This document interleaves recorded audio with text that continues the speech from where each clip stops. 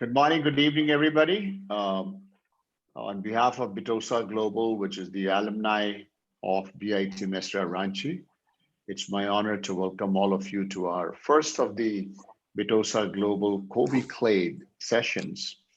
And I'm very honored to have such distinguished people with us, Dr. Anand, Arora, Dr. Babita, Ghai, Guneet Swani as guests today. Thank you for being here. My name is Niraj Sharan, and I'll try to be your moderator, though even my role is hardly anything today with this live session. What we want to do today is that take a 360 perspective of COVID, as we know. And why are we here today? It's very important for us, Dr. Anand, Dr. Babita, and Guneet, for you to know why we are here tonight. India time tonight, morning time, US is. You know, for the last so many months, everybody has been trying to personally help family, friends, community in our own individual capacities. And about 2 weeks ago, we as alumni got together globally and we said, let's consolidate our efforts to try and bring a little bit more impact. So we created what we call the BITOSA Global COVID War Room. And we have over 200 volunteers working 24/7 around the globe, trying to help people in every way which we can. You know, our alumni has 24,000 people registered on our digital footprint on the website. So this matter will go to 24,000 people. We are present in 44 countries, our alumni. We have 10,000 people on Facebook. We've got 5,000 people on LinkedIn, Instagram, et cetera, et cetera. We have 6 campuses, and we have created a few things. Like we have a SOS table that we have 75 volunteers working on it. And they get 200, 300 calls a day, including from beds to oxygen, to medicines, to MITs, to teleconsulting. We have the Oxy Life program right now to bring in oxygen concentrators. We are bringing it from outside of India for donation and support, and we'll later on do whatever is required. We have telemedicine, teleconsulting. We have tied up with Doc OPD and SeekMed US. We are tying up with some hospitals tomorrow to go out and give the tests and later vaccine drive. So that's the reason we are here. And thank you for coming to us and giving us your valuable time. I will now ask my colleague Guneet to please introduce Dr. Anand and Dr. Babita so that we can start the evening now. Over to you, Guneet. Thank you, Niraj. Thank you, Niraj. Good morning, good afternoon, good evening, everyone, whichever part of the world you're in. And I'm delighted to be here to be a part of such a resilient platform. We have Dr. Babita Ghai from PGI, a professor. She's done her Commonwealth Fellowship Management, Pain Management program from London. And her passion in pain management has set many people pain-free. She's deeply involved in the COVID management in PGI, and her compassion and dedication towards her patients is truly unlimited. Thank you, Dr. Babita, for being here with us today. Thank you. We also have Dr. Anand Arora, a renowned consultant in intensive care medicine. Dr. Anand has absolutely treated hundreds of patients in UK, and his expertise in UK has literally been a guidance for all his colleagues in India. He has written a COVID protocol, which is being followed by many hospitals. His astounding dedication has played a very significant role in this pandemic. Much grateful to you, Dr. Anand, for being here with us today. Thank you very much. It's a pleasure. Okay. Should we start? Thank you, Guneet. So should we start? Dr. Anand Arora, screen is yours. Please go ahead. Just remember that we will keep a lot of time open for questions as they come in so that people can clarify. That's the whole idea of having an interactive session. Please go ahead, Dr. Anand. Absolutely. Can you hear me clearly? Yes. Thank you. I'm going to share my screen now. Anand, just one thing. Yeah. I would like to say that while Anand is having the presentation, he is live on this presentation. If you guys want to ask few of the questions through the chat box, I'll be happy to answer. And otherwise, we'll definitely take it live questions by raising hands, whatever you feel like. Okay. We will make it more interactive rather than just a Yes. didactic one. Thank you, Dr. Babita Ghai. Thank you. Go ahead. Okay, so let's start. Right, so my presentation is basically not like a normal lecture. The intention was that Babita asked me, and this only happened 2 days ago, that she wanted me to speak to August audience, full of people who, just by the virtue of the fact that you've been to BITS, means that there is a significant amount of gray matter that is listening to me. And that is great, because once you are empowered with this knowledge, I'm hoping that you'll pass it on to other people around you. The point of this PowerPoint presentations can be quite boring. The point of this presentation is that this is just an aid memoir so that you don't miss anything. And if you have any questions, make a little list or put it in the chat box, and I have no time limits. I will answer every and each question that I can to the best of my ability. So this is effectively aimed at the layperson, but is also aimed at the slightly more intelligent layperson so that they can understand the background to it and therefore not be worried about small little variations from the usual. Let's crack on. So the topics that I'm going to cover are: how do you prevent COVID if you haven't got it, which is fantastic in today's India. Some quick chat about vaccination, and there's lots of myths around, oh my God, I shouldn't take it because there's clotting and all of that. So we'll talk about that. Now, if those two things haven't worked and you do get COVID, how do you manage it at home? We'll also talk about some of the drugs that are being used in the hospital so that you've got just a basic idea of what they do, what's good, what's not, what's required and what's not. Then I'll make there's a slide with reliable sources of information. They've got hyperlinks in them, so you don't need to write them down. All you need to do is click on them. I've checked that all the links work. And there are some take-home messages, after which we'll open the field for any questions. If I'm going too fast, let me know. I'll slow down. The idea is it's not really difficult technical things that we're going to discuss. If there's any questions, feel free to ask in the chat box or write them down and we'll talk about them after, just so that the flow of the conversation doesn't stop. So first of all, preventing COVID. That's the best thing. So that is why there was all these lockdowns. The lockdowns, the government had to balance between economic problems versus the benefit to humans. Anyhow, so the point is that the virus goes from person to person. So there's interhuman transmission. The only way to break the chain is to avoid human-to-human transmission. So that is why the lockdowns and the isolation. There was many people who could not isolate: key workers, doctors, nurses, the fire brigade, the police. And therefore, you need measures to try and reduce the chances of the virus going from person to person. That's what brought out the requirement for the sanitizers, etc., etc. So just to clear doubts, the way the virus spreads is not just walking in a park where somebody else has walked who might have had COVID. The virus tends to settle down fairly rapidly if you're in an open environment, let's say a park or a road or a street. So you're not going to get it just because you walked on a street where somebody else has walked 5 minutes ago who had COVID. That is a question asked often. The reason for the lockdowns and the police using a danda when somebody goes out is because if lots of people go out, especially in a country like India, the chances that you'll be able to socially distance and stay 6 feet apart are very low.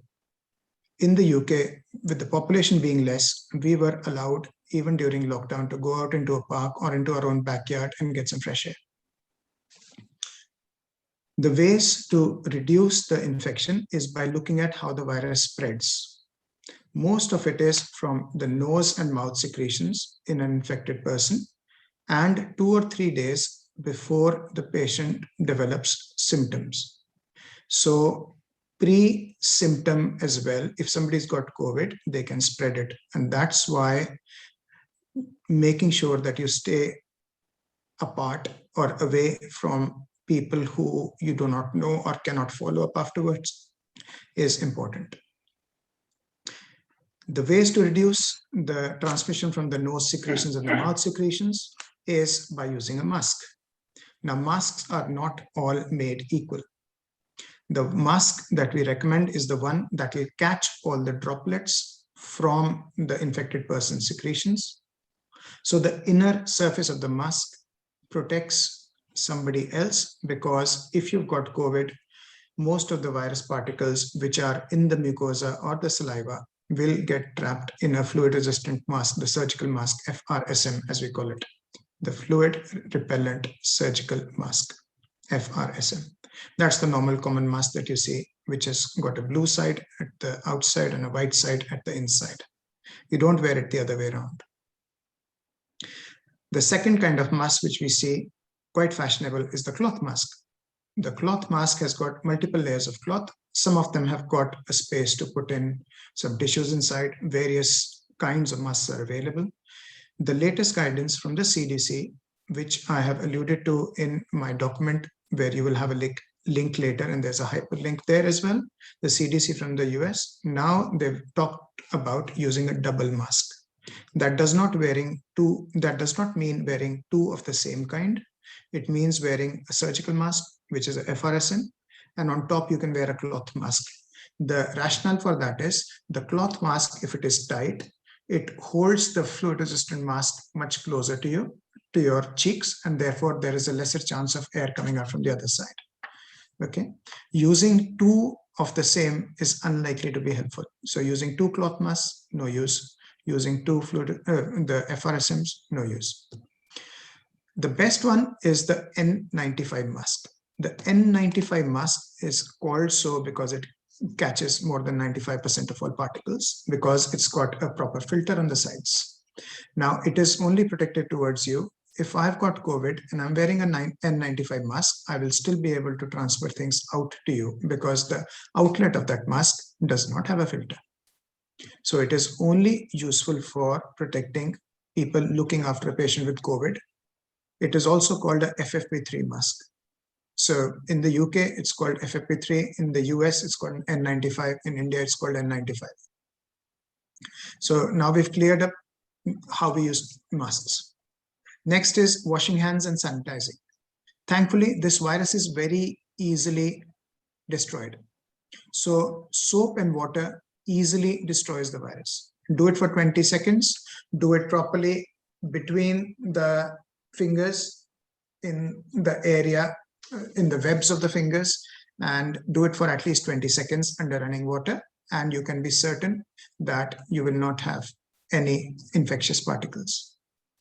If, however, you're out and about and you don't have the ability to use soap and water, then a sanitizer is adequate. It has to have more than 70% alcohol, and most of the brands now have more than 70% alcohol. The next thing I've seen people do when they're walking around is use a visor. It is not required, because what does a visor do? A visor just stops any particulate droplets from coming to your face, nose, or mouth. So if you are in very close vicinity of somebody who's coughing actively, then all those cough droplets will be caught by the visor. Under that, you would be wearing a mask which controls what air you're breathing in. So the visor is not required if you're walking on a street. It is required when you are in close proximity to somebody who is ill and you're taking care of them. Okay, so that is how to reduce the chances of infection if you cannot isolate yourself.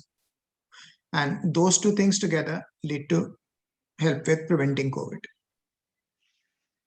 Now, what can we do to prepare ourselves in case you get it? Because, you know, positivity rate is running in the region of 1 in 4 in India at the moment, and probably much higher in some areas where testing is either limited or has been reduced by government measures or whatever. So what you can do is improve your physical health and mental health. Both of them are required. This is not wishy-washy stuff. This is all evidence-based. So you need a nutritious, well-balanced diet. We all know that. I'm not going to labor on that. So there were some WhatsApp videos referring to don't eat fruits. It is sugar for the virus. All of that is not really correct. That particular video was trying to say, and it is coming from a liver transplant person or somebody. So people start thinking, oh my God, this must be true. It's not. Okay, I'm an intensive care consultant. I know lots about most things, even though I don't know everything about everything. But eating a nutritious, well-balanced diet is completely fine. You can do some deep breathing exercises. What that does is improves your total lung capacity, because most of us don't do these on a routine basis. And therefore, there is this possibility that because you're not taking deep breaths routinely, the lower half of your lungs or the lower bottom part of your lungs might not be fully expanded. And there is a small possibility that you will be able to improve your breathing ability by doing deep breathing exercises. It is just good practice anyway, and especially so in COVID. Do some physical exercise at home. It's called preconditioning, so that if you do fall ill, you would have muscles in the best of health. When somebody gets ill and severely ill, you tend to lose muscle mass when you're in a bed. On intensive care, if somebody is in a bed, not able to move, you lose up to 1 or 2% of your muscle mass every day. That's a large number. So you become weaker. So if you've preconditioned and done some exercising, I'm not suggesting heavy weightlifting or anything, just general exercise, make sure you do what you can. For if the gym's not open, for the upper limbs, take a 1 or 2 kilo bag of rice or dal or something and do some lifting with it. For the legs, do some squats or whatever your ability is. Just do what you can to top things up. I've mentioned vitamin D top up because there is a fair amount of evidence that, and a randomized control trial, which has shown that if patients got COVID who had normal vitamin D levels, serum levels, only 2 out of 200 reached ITU, as compared to a control group where they did not have normal vitamin D levels, they were deficient, and a much higher percentage reached ITU. So our intention is vitamin D, even before COVID, is clearly known to have a role in sepsis. Sepsis is a term for infections, severe sepsis, and also in infectious diseases like influenza. Next is mental health, because it is known to be associated with, stress is meant to be associated with reduction in immunity. So you need to make sure that you're calm and you have all the resource you need to fight this, because it might sooner or later come to you. You just need to stay positive and calm. And the way to do that is, there's many self-help places which they say, only watch the news once a day if you have to, so that you know what's going on. Ignore the negativity on social media. Babita knows that on our Maulana Azad group, if anybody writes anything negative, they get a quick, swift reprimand from me. There are well-being apps you can do, calmness, whatever else, watch comedy, ignore all the bad news basically, and also get adequate sleep, because less sleep is associated with a reduction in immunity and an increase in stress and a rise in stress hormones. Right, now next step, talking in the same vein, still not got COVID, how do we reduce the chances of getting it or getting a severe disease? Now, vaccines sometimes get a bad name. I've heard lots of stories because I'm doing teleconsults as well saying, doctor, I had the 2 vaccines, I still got COVID, right? So let's clarify this. The role of the vaccine, or the studies have shown that the efficacy with vaccines is in preventing severe disease. The 95% success rate with, say, the mRNA vaccine from Moderna or from Pfizer is for severe disease. It is not for actually causing, not for actually preventing getting COVID. Okay, so if you had both doses, it takes up to 3 weeks for the body's immunity to develop. So if you had the dose today and you get COVID tomorrow, your immunity is not up yet. You need to complete the full dose, the two doses, and wait 3 weeks for your immunity to be good, to protect you against severe disease. You might still get COVID, and therefore you need to continue to do the isolation and face mask, etc. But you are extremely unlikely to get severe disease that lands you on an intensive care unit and ventilator. That in itself is amazing, because last year when we were dealing with this and did not have vaccines, I did not know whether I'd survive or not. And to just be aware that now we've got much better compared to this time last year. We've got several things that reduce the intensity of the disease, and that is absolutely amazing what science has achieved in the last 1 year. So next question is, which vaccine should we take? Any that's available is fine. People in India are worried about the AstraZeneca shot, the Covishield. It has been given to the UK population as well. Actually, the bad press about the number of clotting episodes. If you look at the percentages of clotting episodes in the general community who have not had the vaccine as a routine, compared to those who have had the vaccine, the proportion is not higher.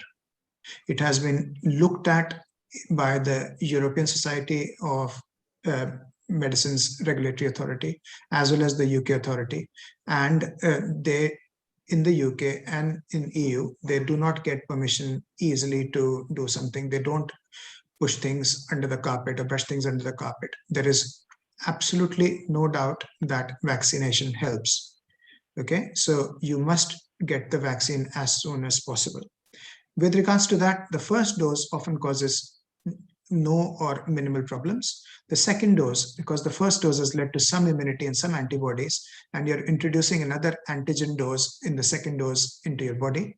Therefore, the second dose is often associated with a bit more fever, maybe some symptoms, a bit of body ache, pain at the site of injection. That is to be expected. Okay, and that's because the first dose had produced some immunity, and now those antibodies are fighting against the new antigen, which is going to give you a boost in your immunity. So that's what happens. Right. Next question. Oh, I'm on blood thinners or I'm on aspirin. That does not contraindicate the use of a vaccine. The only problem is in the local area where you've had the needle, it might produce a slightly larger hematoma than in the normal population. There's no other contraindication. And we know that people with ischemic heart disease, with stents, hypertension and diabetes, big belly are the ones who are more at risk, in addition to the people at age more than 65. So especially in those blood groups, in those patient groups, we definitely need the vaccine sooner rather than later. Now, when should I not take the vaccine? If you've had a cold or a cough or an acute illness, you do not take the vaccine in the first 28 days after that. You need to make sure that you are well and do not have an acute illness when you take the vaccine. If you're pregnant, don't take the vaccine without asking your family doctor. In the UK, we've allowed it for pregnant people as well, but you need to ask your family doctor in that particular situation. It's because it's not been tested in pregnant ladies, which is the case with most studies because of ethical concerns. Okay, it is unlikely that it will cause problems, but because it's not been tested, that's why you need to ask a doctor before you take it, and nobody can actually recommend otherwise. So other than acute illness, don't worry about it. Please go and take the vaccine. Right. Next, how do I reduce the chances? Let's say I do get the disease. How do I reduce the chances of its progress to moderate or severe disease, which can be life-threatening or at the very least worrying? So there's good quality medical evidence for aspirin. You might not find this if you Google it. The recovery trial has pre-reported but not published yet. We were a center which is a part of the trial, so we've had pre-publication information. Aspirin 150 milligrams started as soon as you know that you've got symptoms and continued for 10 days because that's the usual course of the viral illness, is considered to be good. And there is hardly any side effects from taking aspirin 150, except you might get a bit of gastritis. You can reduce that by either taking it with food, or if somebody is already requiring some gastritis reduction medicines, you can take some omeprazole or lansoprazole 30. Vitamin D, I'll talk about it again. As I've already mentioned, there is some, should we say, dispute amongst the intensive care community whether it actually helps. There are multiple studies, including randomized controlled trials, which are the highest level of medical evidence, which show that people who had normal vitamin D levels did not require ventilation. For me, that is good enough because the risks from taking vitamin D are very less or minimal. The only population group where I would suggest that you do not take vitamin D is if you have a history of kidney stones. Just kidney disease is not an issue, kidney stones. If you've got a history of kidney stones, do not take vitamin D without asking your doctor. Now, vitamin D is a fat-soluble vitamin, and the details of this is also on a YouTube video that I've done, and you will have links to it at the end. But for sake of completion, it's a fat-soluble vitamin, and therefore we can take a large dose in one go, and it will get absorbed in our fat stores. This is opposite to, say, for example, vitamin C, which is a water-soluble vitamin, where if you take a large dose, it will just get passed out in your urine, and there's no benefit from it. So vitamin D, take 3 sachets in one go with milk or water or charge or whatever you want, with or without food. And 1 week after that, for 3 weeks consecutively, take 1 sachet of 60,000 units every day. Oh, sorry, once a week, each day. Once you've done that, then you can go to once a month dosing, and the 60,000 units once a month is adequate. That should bring your levels up to normal. Don't go rushing to get your vitamin D serum levels checked right now. But when things settle down, get your vitamin D levels checked, because there's no point in excessive use of it. We just want a normal serum level. The next thing that has been shown to help in 2 trials, and both of them have come out very recently, is budesonide. This is an inhaled steroid, and the dose recommended is 800 micrograms twice a day, so morning and evening. Now, Budecort is the name of the inhaler available in India. Sometimes available as a 200 microgram per puff, sometimes available as 400 micrograms per puff. Now, if you need to take 800 micrograms, if you find an inhaler which has 200 micrograms per puff, take 4 puffs at one time and 4 puffs in the night. If you get a 400 microgram per puff inhaler, take 2 puffs in the morning and 2 at night. And we've already talked about vaccination. So those are the 4 things that you need to remember. That's the mantra: aspirin, vitamin D, budesonide, and vaccination to reduce the chances of severe disease. Now we come to the various things and the cocktails that are being used in India at the moment. I am not trying to undermine any of the doctors practicing in India. They're working under very difficult circumstances. That is not my intention at all. And Babita knows me well enough. There is no intention to undermine any colleague. But if you look at literature and evidence, there is absolutely no evidence for ivermectin. The randomized controlled trial from Bangladesh, which seemed to start off this topic, was a very small subset of patients and has been basically discarded by most, should we say, professors. Hydroxychloroquine was the magic drug earlier, but now thankfully in India, because of the teleconsults I know that nobody's using it, so that's fine. Vitamin C will do you no harm, but excessive use is not required. It is a water-soluble vitamin, as I said. So using mega doses is only going to lead to passing out in urine, and you're spending some money for no reason. If you want to use it, 500 milligrams BD is more than adequate, much, much more than adequate. There is no role of it, using it during COVID, but if you want to use it like we use it for various infections, people say use vitamin C, that's fine. I mean, there's no harm done either. Zinc is another thing that's becoming quite famous and popular. And azithromycin, actually no role at all. Favipiravir is a drug supposedly antiviral used in India. Again, no role.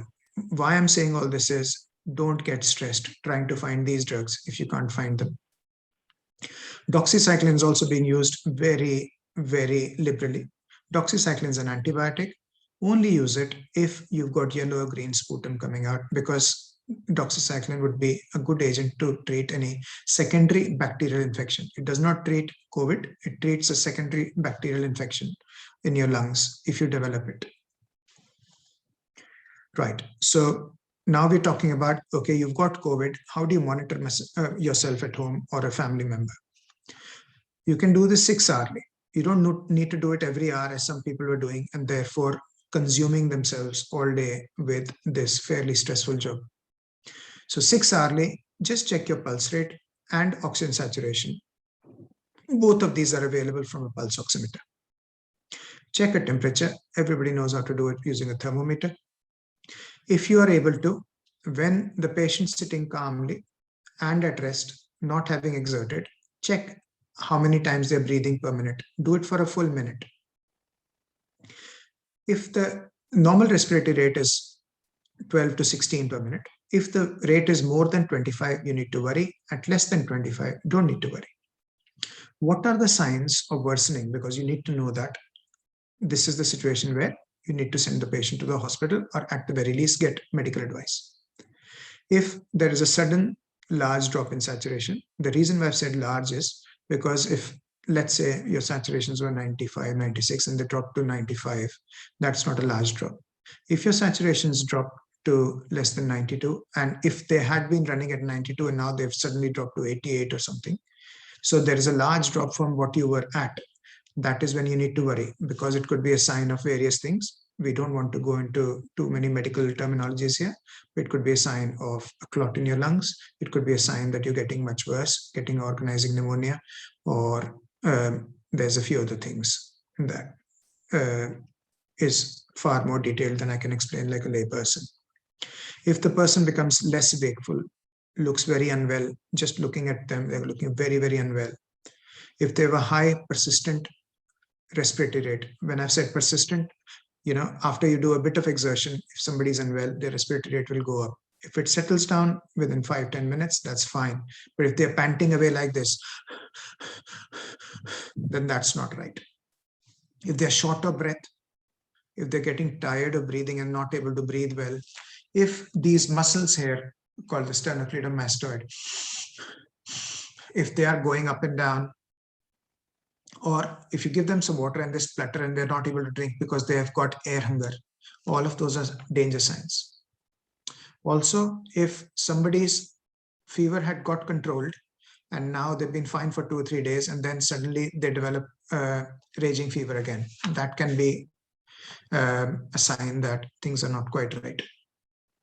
And also high fever that persists after 4 or 5 days of treatment. Now, many people will have fever for 10 to 14 days. It's not a problem, but we need to be aware that there can be problems as well. And therefore, I've written that down as one of the danger signs.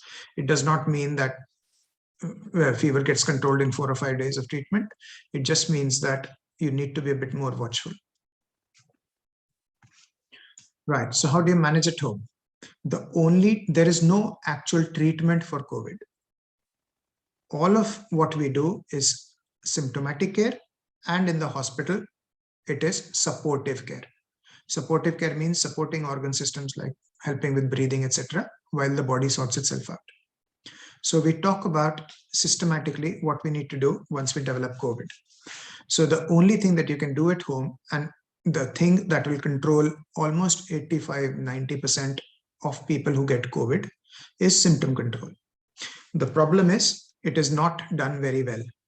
And I have to continue to remind everybody who asks me what the correct way of doing it is. Don't need to take notes. The document that I've done, which I've linked after at the end, has got it in very great detail. But if you do want to, I will be talking about it. So step 1 is paracetamol. Now the dose of paracetamol used in India is often inadequate. I see people taking 1 tablet of paracetamol, दिन में 2 बार ली थी doctor साहब. That's not good enough. If you've got a fever, you want to control it. There is no point in suffering. There is no benefit from continuing to have fever. There are some people who got these myths. If I have fever, my body will fight better with the virus. Nothing of the sort. Control your fever, stay comfortable. The way to do that, paracetamol, the dose is, if you are more than 50 kilo in weight, as most of the people in this community would be, the correct dose is 1 gram every dose, 4 times a day. The tablet Dolo, which is so famous in India, is 650 milligrams. That's 2/3 of the correct dose for somebody who's more than 50 kilos in weight. I promise you, we use 2 grams in one go in our patients when we are in the UK during operations and things. So the dose of 1 gram 4 times a day is very safe. I have, because I've done so many teleconsults, there was somebody who came back and said, no, my doctor is saying that you're prescribing too high a dose. That doctor does not know the correct dose. Honest. 1 gram 4 times a day. The only concerns are, if you got liver failure, you won't be listening to this. You'll be going to a hospital. Number 2, it has to be 4 hours apart. So if you've taken one dose at 10 o'clock in the morning, you need to wait 4 hours before the next dose. So the 2 doses need to be 4 hours apart as a minimum, and the maximum is 4 grams per day. This 4 grams is also a very safe dose. In post-operative periods, we use 6 grams as well. So you're very, very safe. We're not telling you anything that is unsafe. Sorry for laboring about it, but this is something that many people don't get right. If paracetamol alone does not control it, because this is step 1, you go to step 2. So this is step 2 is in addition to paracetamol, not instead of paracetamol. You can use any of the non-steroidal anti-inflammatory drugs, as we call them NSAIDs.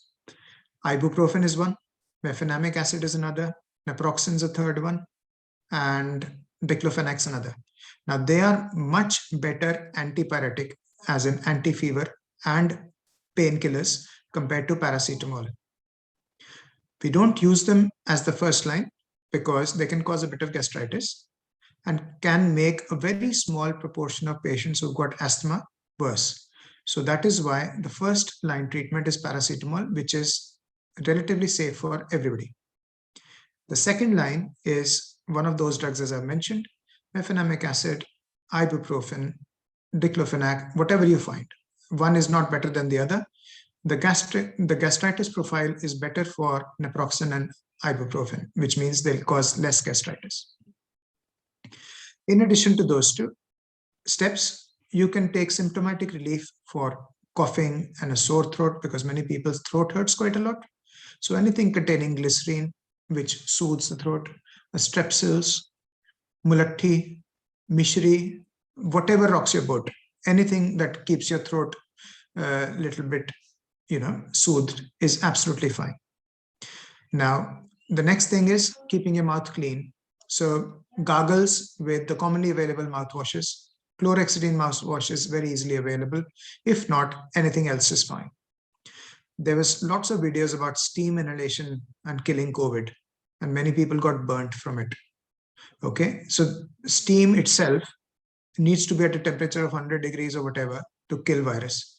And if you're inhaling steam at 100 degrees, you're definitely going to get burns. So steam inhalation itself to kill virus is rubbish. Please don't follow it. Steam inhalation is good if you've got blocked nose and blocked sinuses, because it moisturizes, and the steam has got water vapor which reaches the right place and therefore helps you to breathe a bit easier, just like any other illness, not necessarily just COVID.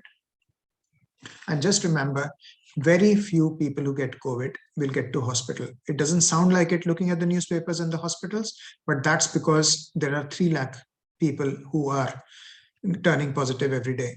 So of that, if 10% of 3 lakhs is what, 300,000? So that sort of numbers are needing the hospital. But the statistics are, and you know statistics more than I do, less than 10% of the patients will require hospital. And they will be better within about 9-10 days, maximum 14 odd days. Right, carrying on with the home management. Now, you've got a fever, you're not able to eat and drink well, and you're feeling weak and tired, possibly not getting out of bed, and possibly nobody there to help you. All of that is a recipe for inadequate intake. So adequate hydration is extremely important because in the first phase, when we saw it, many people got kidney injury because of being dehydrated. The way to check for hydration, you don't need to drink 4 or 5 liters. All you need to do is drink plenty of whatever you like. Water, doodh, chaach, tea, coffee, not alcohol. So any of those, drink adequate amounts, juice, squash, whatever you want. Huge amounts of juice, obviously not, because you're just taking pure sugar in. So drink plenty so that the color of your urine is either straw colored or nearly like water. That's your end point and end goal. If your urine is dark, as it often is when you've slept at night and woken up in the morning, that's fine. In the morning is fine. The rest of the day, you need to drink plenty so that you're passing clear urine, as close to water color as possible. If you find that the urine was darker, just drink some more and you'll be fine. Number 2 is adequate calories. Make sure you will not feel like eating because of the fever, but you need to treat food like medicine and just continue to consume. It depends. Some people like small frequent meals because they can take that in. Some people would prefer to just eat it in one go and then not eat for a while. You do what you want, just need to get adequate calories in. The problems can be you've got a sore throat, not able to swallow. One of the major problems or symptoms of COVID is that you've got loss of sense of smell and sometimes taste. Now, we know that sense of smell contributes to 80% of the taste of food. So the most delicious food can actually taste horrible during COVID, where you just have to treat it like medicine. Your body needs your energy, so you just take it. Okay. Do some rest. Adequate rest is required. It reduces the amount of oxygen required by the rest of the body. Do gentle exercises so that you're not just lying on a bed. Do gentle exercises, it's good for you. The position that you lie in is very important. This is most important if your saturation is low. If your saturations are 98, 99, please don't start doing awake prone ventilation. If your saturations drop, it suggests that there is less oxygen going from the lungs into the bloodstream. That means the lungs are involved. If we know that the lungs are involved, that is when we need to do this awake prone position ventilation, as we call it. I'll explain that in a bit more detail. So there are lots of myths about it. Some people do it for 10 minutes, 2 or 3 times a day. This is not what is required. The way that this works is that the infection from COVID is usually in the lower lobes more than the upper lobes, although it is meant to be non-lobar, which means that the virus actually goes in all parts of the lung. However, the posterior part of your lung around the spine has more ability to ventilate, or there is more lung in the posterior part compared to the anterior part of the chest. So if you lie on your tummy, there is a better match between the air going in into the lung and the blood flow to that part of the lung. It's called ventilation perfusion matching. That is much better when you're lying on your tummy. We don't normally need to do that because there is a significant reserve in your lungs. And even if there is a little bit of ventilation perfusion mismatching when you're lying on your back and sleeping, it doesn't matter. But when you're diseased lungs, it does matter. That's why the options in sequence are, if you are well enough, sit on a comfortable chair, bend forwards a little if you can. That improves things. If you have it, there's something called a cardiac table, which you see in hospitals, which can go under a bed and can go up and down. So you can rest your elbows on that. If you can't do that, if you've got a nice armchair or a sofa, sit on it and just bend forward a little if you can. Okay, so that is choice 1. If you can't do that because you're weak or you've got tired of it, then the next step is lying on a bed. When you're lying on a bed, lie on your belly. Lying on your belly, as we said, improves the ventilation perfusion mismatch and therefore improves your oxygenation. If your oxygen levels are better, there's a lesser chance you'll require either oxygen supplementation or need to go to the hospital. We're just trying to buy time for a few days. If the disease gets better, you'll get sorted. If the disease gets worse, you'll need to go to the hospital, but it'll delay admission. So that's the benefit of the awake prone position, as we call it. Now, there are some people, somebody might be pregnant, somebody might have a very big belly, somebody might have very severe pain in their, let's say, spine, and they're not able to lie on their belly. If that's the case, then at the very least, lie on your side. So lie side to side. So जैसे करवट बदल के लेटते हैं, either left lateral or right lateral. And you can change positions every 2 or 3 hours. Now, next question is, how long do you need to do it? You do it for most of the day. The reason why we say 16 to 18 hours a day is because you need some time to be in a position so that you're able to go to the toilet, able to eat and drink. Those are the times which you are not going to be on your belly. Every other waking minute and sleeping minute should be spent on your belly if you've got saturation of less than 94. I have seen many patients turn around in the hospital without requiring intensive care because we just needed to tide over the 2 or 3 days where their saturations were very low and their body fought and their immunity worked and they got better. It's vitally important to do this for long periods of time. It's not enough to do it for 10 minutes or 2 hours or 3 hours at all. And you can monitor your oxygen saturation when you're doing this. When you put a pulse oximeter on, when you go from, let's say, supine position, as we call it, when you're lying on your back, to prone position, which is lying on your belly, you will see the saturations improve. Sometimes it takes several hours for the saturations to improve, but in most cases, within 15-20 minutes, you'll see saturation going from, say, if it was 92, it will go up to 93, 94, 95. And that is a very nice positive reinforcement to continue to do that. So I hope I have clarified that we need to do it for as long as you can possibly tolerate. Right. Next is, as soon as somebody gets COVID, people start jumping around. I want to get this test done and that test done, and my doctors told me to get this done and that done. It does not change management at all, especially in the first 3 to 5 days. The other thing to note is the RT-PCR can often come negative in the first 3 days. So you're just wasting your time and money.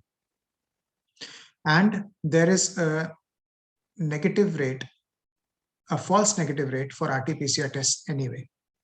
Not every patient who's got COVID tests positive for RT-PCR. On intensive care, we've had patients who tested negative on 4 RT-PCR tests. And then when they got intubated and we did a sample from the trachea, that was positive. So it is not a be-all and end-all test. Ignore it.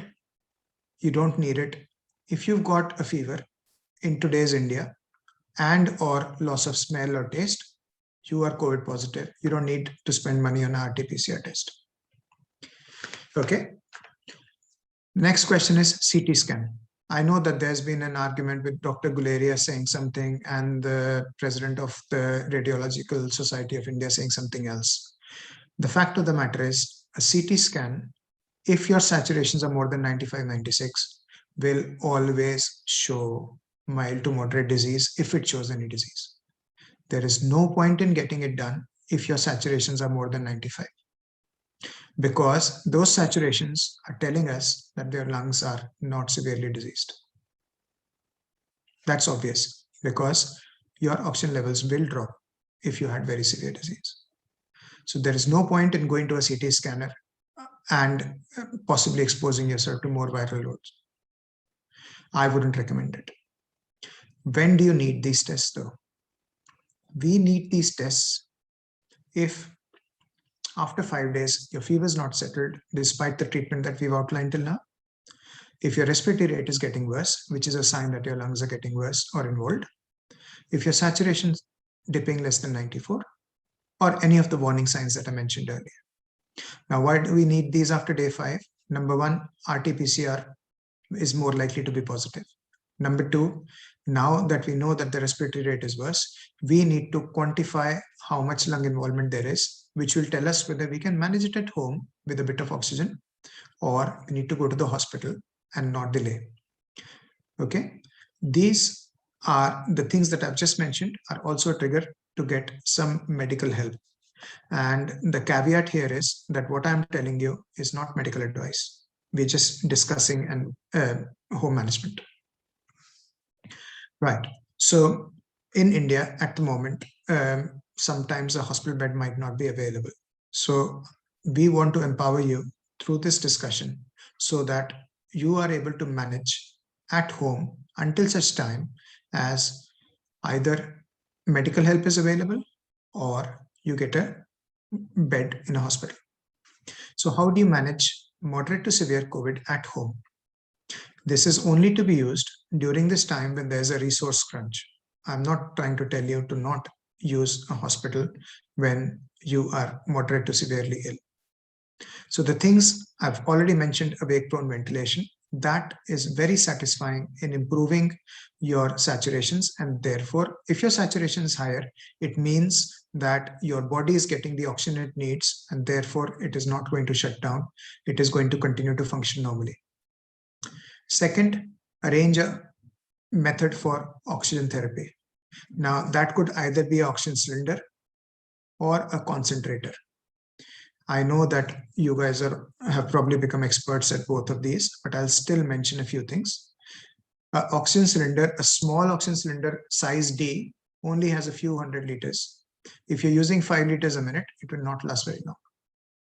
You need big cylinders for it to be worthwhile. Advantage of a cylinder compared to a concentrator is, number one, it provides consistently 99.5% oxygen, which is coming out of the cylinder. So you know that it is actually oxygen that's coming out. Number two, it does not need electricity. The concentrator, on the other hand, never needs to be refilled because it runs on electricity. What the concentrator does is, there's a filter at the back, so it filters the air because there will be impurities in the air, and then it concentrates it by taking the nitrogen away. Now, the ability of the concentrator to concentrate oxygen depends on the size of the concentrator. There are some concentrators which deliver 5 liters per minute, but they, as you reach the higher level of 5 liters, the purity of oxygen reduces because of the inability of that concentrator to concentrate to a high level when you're using high flows. It does not have a reserve or a cylinder. It is just, it's like an instant geyser. If there's an instant geyser with 2-liter capacity and you run the tap really fast, you're not going to get hot water consistently, even though you've set the geyser at 90 degrees centigrade. Whereas if you've got a big 20-liter geyser and you run it the tap fully, and that is also assumed that it's also an instant geyser, that will have a higher capacity to provide the consistent high temperature that it is rated for. Similarly, for concentrators, many concentrators in the market which say 5 liters also say, if you read properly, they'll say it provides 90% plus minus 3% oxygen at low flow rates of 2 or 3 liters, and it provides only 30% oxygen at higher flow rates of 5 liters. Okay, so you need to be careful about what you buy, and you need to be aware of what you're getting. In addition, what's coming out of the concentrator is not what is going into the patient, because you're only giving 3 liters, and the patient, when they are breathing fast, they need about 40 liters per minute. So what is happening? You are enriching the amount of air from the atmosphere by giving that 3 or 4 liters only. Okay, so the actual amount of oxygen going into the patient is only 24, 25, 26, maybe 30%. Okay, so you're not giving them 100% oxygen. Don't think like that. Next thing that we need to do is use systemic steroids. It is in this situation where oxygen is required. So systemic steroids means taken orally or IV or IM. IV meaning intravenous or intramuscular. In the home setting, it is likely to be oral. The evidence or the medical evidence is only for dexamethasone. Dexamethasone was tried, and therefore the evidence is for that.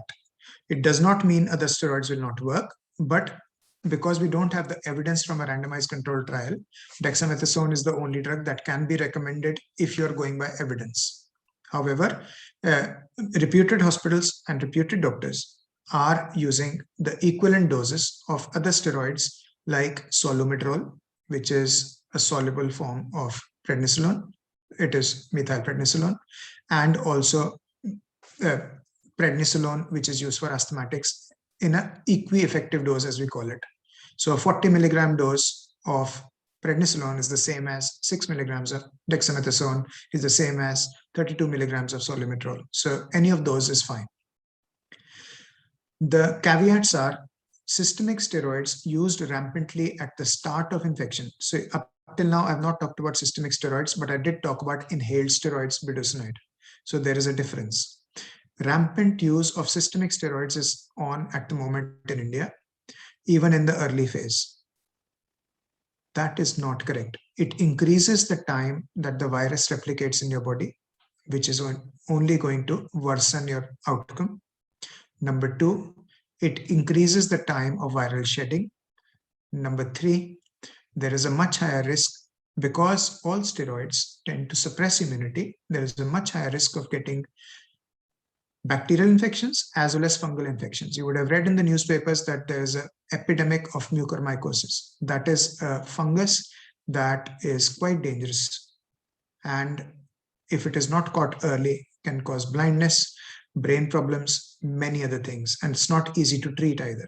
So don't take steroids, even if your doctor recommends it, unless the triggers are met. Those triggers are a saturation of less than 94, which means that you require oxygen. That is the trigger for using systemic steroid, as opposed to inhaled steroid, which I said use early. Use inhaled steroid early. Don't use systemic steroid early. Some people will develop severe disease very rapidly within 3 or 4 days. In that situation, the definition of severe disease still stays the same. In that situation, use of steroids systemically is completely adequate and correct. However, using steroids in most people in the home situation with saturation of more than 94 or not requiring oxygen is not correct. Once you're on oxygen, aim for saturation of only about 92, not 94 like we've been talking about till now. And the reason for that is it is actually quite safe to stay above 92. The 94 was the canary in the coal mine, which effectively means, oh my God, something's not right. The 92 now, we already know that there is something not right, but we know that sats of more than 92 are adequate for brain perfusion and body perfusion. It's not a problem, and you will be able to conserve some oxygen. So you don't need sats of 99 or 100. If you're seeing sats of 99 or 100, reduce the amount of oxygen you're taking. In diabetics, blood sugar can go completely haywire when you're on systemic steroids. So monitor it more carefully, and you might need your doctor's advice to increase doses of whatever you're taking. Antibiotics like doxycycline, azithromycin, only to be used if you got a cough with yellow or green or productive sputum. White sputum is often seen in patients with COVID. It's only if it becomes yellow or green, it's a sign of bacterial infection. That's when you use antibiotics. Next is anticoagulation. In the first wave, we saw patients who were turning blue with their tips of the toes going blue. And that was because of rampant coagulation in their bloodstream. So slow and steady, we've learned that what we need to do is use anticoagulation in somebody who's on oxygen. All of this is when somebody is on oxygen, where if there wasn't a resource crunch, they would have been in a hospital. Now, because they're not in a hospital, instead of using enoxaparin, which is low molecular weight heparin, which is a drug that is injected into your belly, into the subcutaneous area if you're in a hospital and immobile for a long period, instead of that, we have come up with less evidence-based alternatives, which have been shown to work reasonably well, but are not proven on randomized controlled studies. So apixaban, 2.5 milligrams twice a day, or rivaroxaban, 10 milligrams once a day, are the commonly used drugs. This would be in addition to aspirin. We need to watch out. If we are on these drugs, we need to watch out to not bang your head against something accidentally, because remember, they are anticoagulants, they are blood thinners. And if you bang your head even mildly, you might lead to a bleed inside because it will not stop bleeding. Okay, so these are drugs to be used very carefully. And if you're using them, you need to be careful that you don't hurt yourself. Okay. Next, somebody has to look after this patient at home. So how do you reduce transmission to the carer from other members of the household? So if you know that somebody's got COVID, and if you've got a house big enough to give them a separate bedroom, do so. Give them a separate washroom if you can. That's great. If you can't give them a separate washroom, then just be careful that after they've used the bath taps or the toilet, they need to clean the surfaces either with antiseptic wipes or just soap and water. Just wash the tap with soap and water. It's not a problem. That is a very effective way of killing it. Imagine in the hospital when we were washing our hands and there was COVID in the ITU, I did not have a separate washroom. So you just use a common washroom, and that's absolutely fine. Just make sure that when you wash your hands, you dry them well, and change your habit of taking your hand close to the face. Unconsciously, people do that 15 to 20 times a day. You need to change that habit, because if it's on your hand, if you don't take it close to your mouth, it's not going to go inside. It is not transmitted from inside the skin. It is transmitted by getting onto the nasal or oral mucosa. If it doesn't get there, even if it's on your hand, once you washed your hand, you're fine.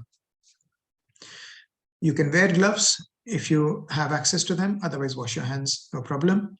The patient should isolate, as I mentioned. You can have separate washing of clothes for them. It's not that important, but the utensils, definitely, because utensils mean saliva. Okay. Keep the windows of that person's room open if you can, because what it does is it dilutes the viral load in the air. Okay. ACs, somebody asked me, can we use an AC? Yes, you can use an AC if it's very hot, because this is not a punishment that you've got COVID. But remember, there are two modes on the AC. One is sucking air from the outside in, and the other is recirculation. Avoid the recirculation mode, because then there is a possibility that through the filters in the AC, I know there's filters, but even so, the virus will recirculate. Whereas if fresh air is coming in, then it's better, because you are diluting the amount of virus. Right, so that's that. Next, steroids. I know that we are laboring upon that, but I really need to make it clear, because steroids are being used like sweeties these days. It's not good for you. Okay, inhaled steroids, we've talked about budesonide in detail earlier, and the systemic steroids, as I said, please do not use them early, except in severe disease, which is triggered by the use of oxygen, or in selected patients in hospital. Now, I've given you some doses. You might see the doctors using higher doses. That is under doctor supervision for severe disease, which is beyond the scope of this particular discussion. So things like cytokine storm, organizing pneumonia will need much higher doses. Also, fibrosis of the lungs, we can use pulsed methylprednisolone, which is a higher dose. Now, I'll talk about the role of other drugs, because many of the relatives are asked to source particular drugs. Ivermectin, we've talked about. I know it's very popular in India at the start of COVID, as in the first 2 or 3 days, 12 milligrams 3 times. There is very poor evidence, and we do not recommend it. It does not make any difference. There was some in vitro, which means in petri dishes, there was some evidence. And there was a Bangladeshi trial which seemed to suggest there was an improvement, but we do not recommend it. Remdesivir, it does not help in mild disease, which means if your saturations are fine and you're at home, you don't need it. It is also not helpful in very, very serious disease when patients on ITU, intensive care. So it does have a role when patients start to require oxygen, because it's been shown to reduce the time in hospital. However, it did not reduce mortality, which is something that we're looking for. Our end goals are patient needs to get better. So hospital discharge time reduces. It is an antiviral agent, and therefore in that particular set of circumstances, it can be used. Tocilizumab is another drug that people are trying to source.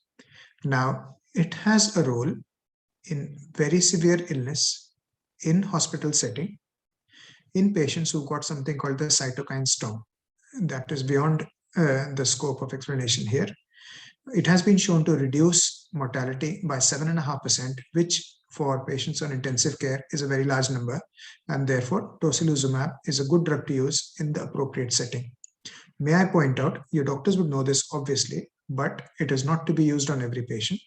If you've got a concurrent bacterial infection, there is a risk that will get much worse because this is an immune suppressant agent, which once given acts for a long period of time. It can lead to multiple infections, which can in itself worsen the pneumonia. So it is not to be used lightly, and the doctor who's treating the patient would make a risk-benefit analysis and decision, and only then ask you to get that.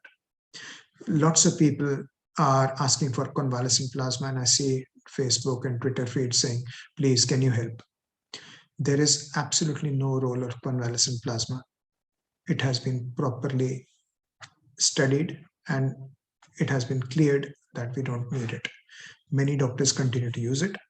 If at all it has to be used, there are some caveats that most of the doctors or most of the nursing homes and hospitals are actually not doing. So how does convalescent plasma help? The principle is convalescent plasma means the person has had COVID, they should have produced antibodies which are circulating in their plasma.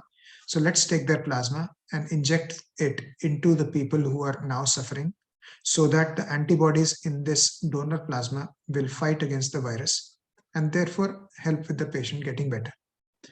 They sound simple, sounds reasonable. The problem is not every patient who gets COVID mounts a good response. We have seen that the response from vaccine is far stronger at producing antibodies compared to actually getting the disease itself. That's been clearly studied and documented. So even if you've had COVID, your plasma antibody titers might not be good enough to help the person that you're donating it to. Number two, it will only work if the patient who's getting the plasma actually has no antibodies. They might have already produced antibodies. So before giving convalescent plasma, the patient antibody titers need to be checked, and also the donor plasma antibodies need to be checked. There's no point doing it otherwise.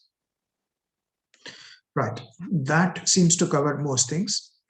These bits in blue are hyperlinks, and this is not meant to be, self-aggrandizement or whatever. I'm not trying to sell myself at all.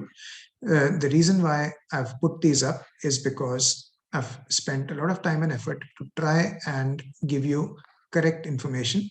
And there are links to the AIMS protocol, to other doctors that I do not know, where I have looked at their YouTube videos and personally vetted them so that all the evidence or all the information presented there is correct.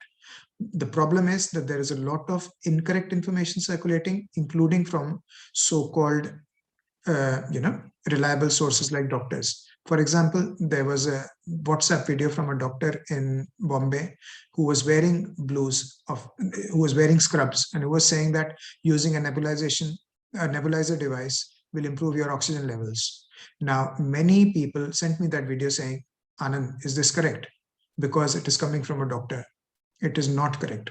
Unless you're adding oxygen to the nebulizer, the oxygen levels don't go up. It's just sucking in air and putting it out under pressure.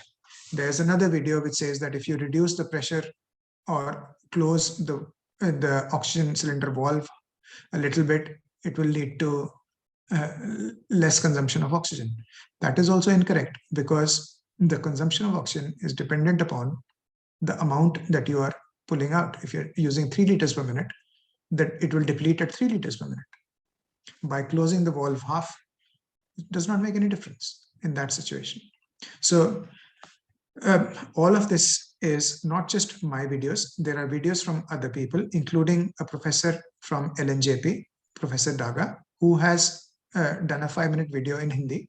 So I'm basically on that playlist. There are other people's videos as well. The only promise I make is only those videos which I have seen fully and agree with 100% go onto that playlist. So if you pass that on to other people, they would at least know that this is correct information. So the take-home messages. Vaccination is our way out of this pandemic. As you've seen in Israel, now they've gone to without mask, and they have started, there's no social distancing, they're back to normal without a rise in infections. And that's because the country as a whole has been vaccinated. Number two, isolate to prevent infection. My close family who listen to me, none of them have got COVID, touch wood, because they've got the fear that if Anand gets to know that I've left home for milk or sabzi or whatever, I will be very upset. I speak to them every day. Nobody's allowed to go out. They just stay in. Everything comes to the door and that's it. Right. So isolate, and if not possible, because not everybody can isolate. Let's say you need a maid coming in because you've got an elderly parent. Then you need to do social distancing. So the maids in the drawing room, you are in the bedroom at that time. Both of you are wearing double masks.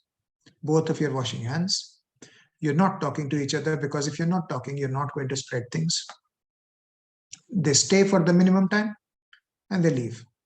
There is no need to follow them to say कि उसने ठीक से testing किया कि नहीं किया. Don't worry about it at the moment. Survival is more important. No need to go to the bank. Please don't. पैसे नहीं होंगे, कुछ नहीं होता. You'll only leave it to your survivors if you're not alive. So forget the bank at the moment. Focus on staying alive. Next, most will be mild to moderate disease. So please don't worry if you get COVID. Most will get better at the latest in 10 to 14 days. So hold your nerve, stay patient. There is actually no treatment, as I said, just supportive care as we've outlined. The things that do tend to reduce the chances of severity are inhaled steroid. All of this is very recent. Normal vitamin D levels, slightly contested, but I firmly believe in it. Aspirin, which has been proven, and vaccination, which has also been proven. A fervent appeal, don't use systemic steroid early. I'm not saying this for population benefit, I'm saying it for your personal benefit. If you get diabetes, steroids also lead to muscle wasting. They worsen your immunity. They can lead to water retention. In people who've got ischemic heart disease, for example, let's say you had a heart attack or somebody else in your family has had a heart attack, more water retention. There's an endless list of problems that can happen when used inappropriately. And we are seeing that. We're seeing an epidemic of infections. Spread the correct information widely because you're a responsible citizen. And I'm sure that you, because of your position, would be, people who people listen to. So use that power and spread the correct information. Positive action should be able to counter the misinformation that's rampant at the moment.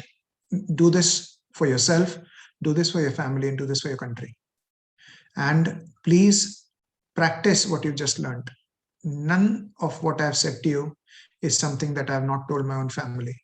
So I know that we don't know each other from Adam, but all of this straight from the heart and honest. And you do need to follow this, okay? That's it.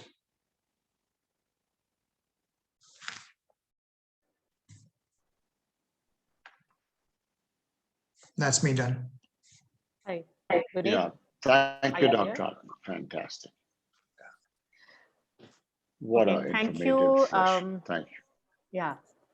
Neeraj is speaking. There's 96 questions or whatever in the chat. Yeah, I was just waiting for Guneet to take over. I think I'll take over.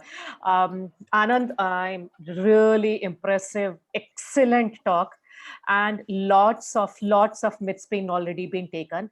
And the question itself talks about that how much this Augustine gathering is being curious about it. I tried to answer a few of them, but I'll just take another 5 to 7 minutes discussing about what Anand has said. Anand has completely covered the whole of the topic.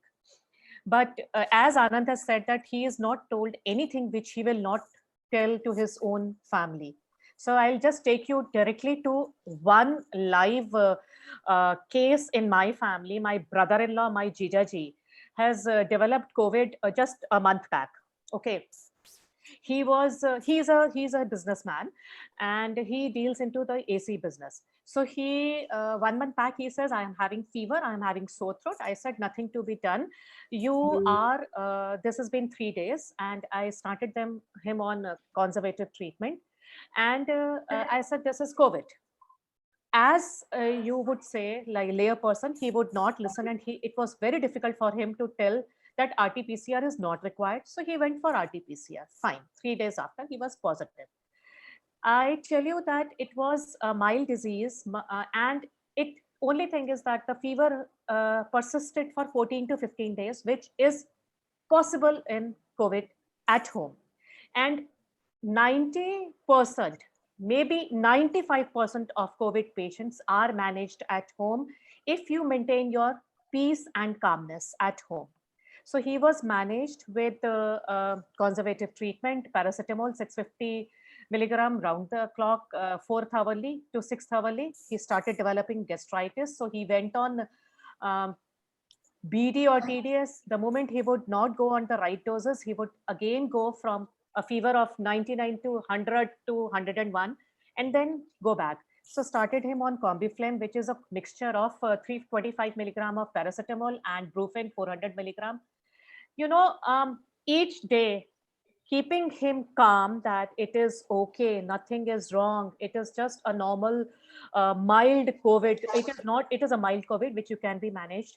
So he would say that, should I start ivermectin? Should I start remdesivir? Should I start steroid? Should I do? So the saturation was maintained. It went down to 95%, not less than that. To maintain his peace for 15 days was a challenge for me. Nothing needs to be done. Hydration needs. Yes, one thing which we can do is like coconut water.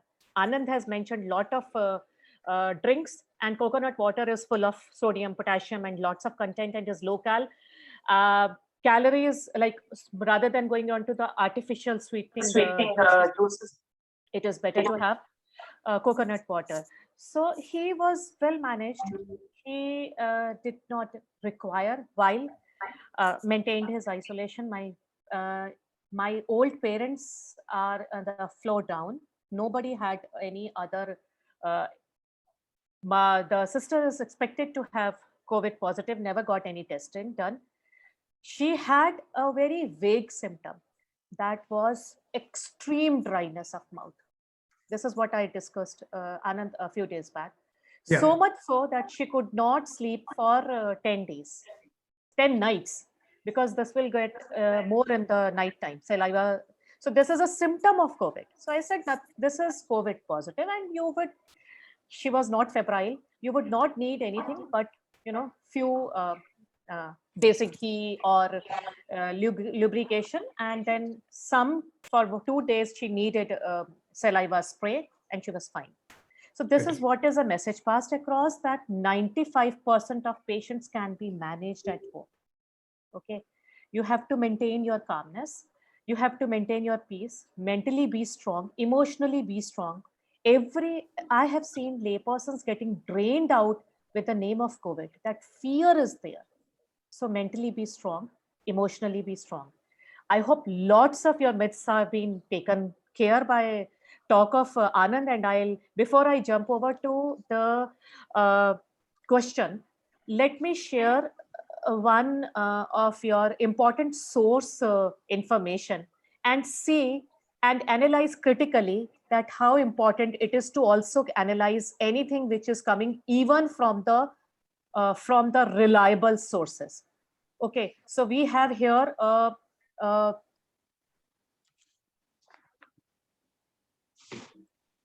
this is the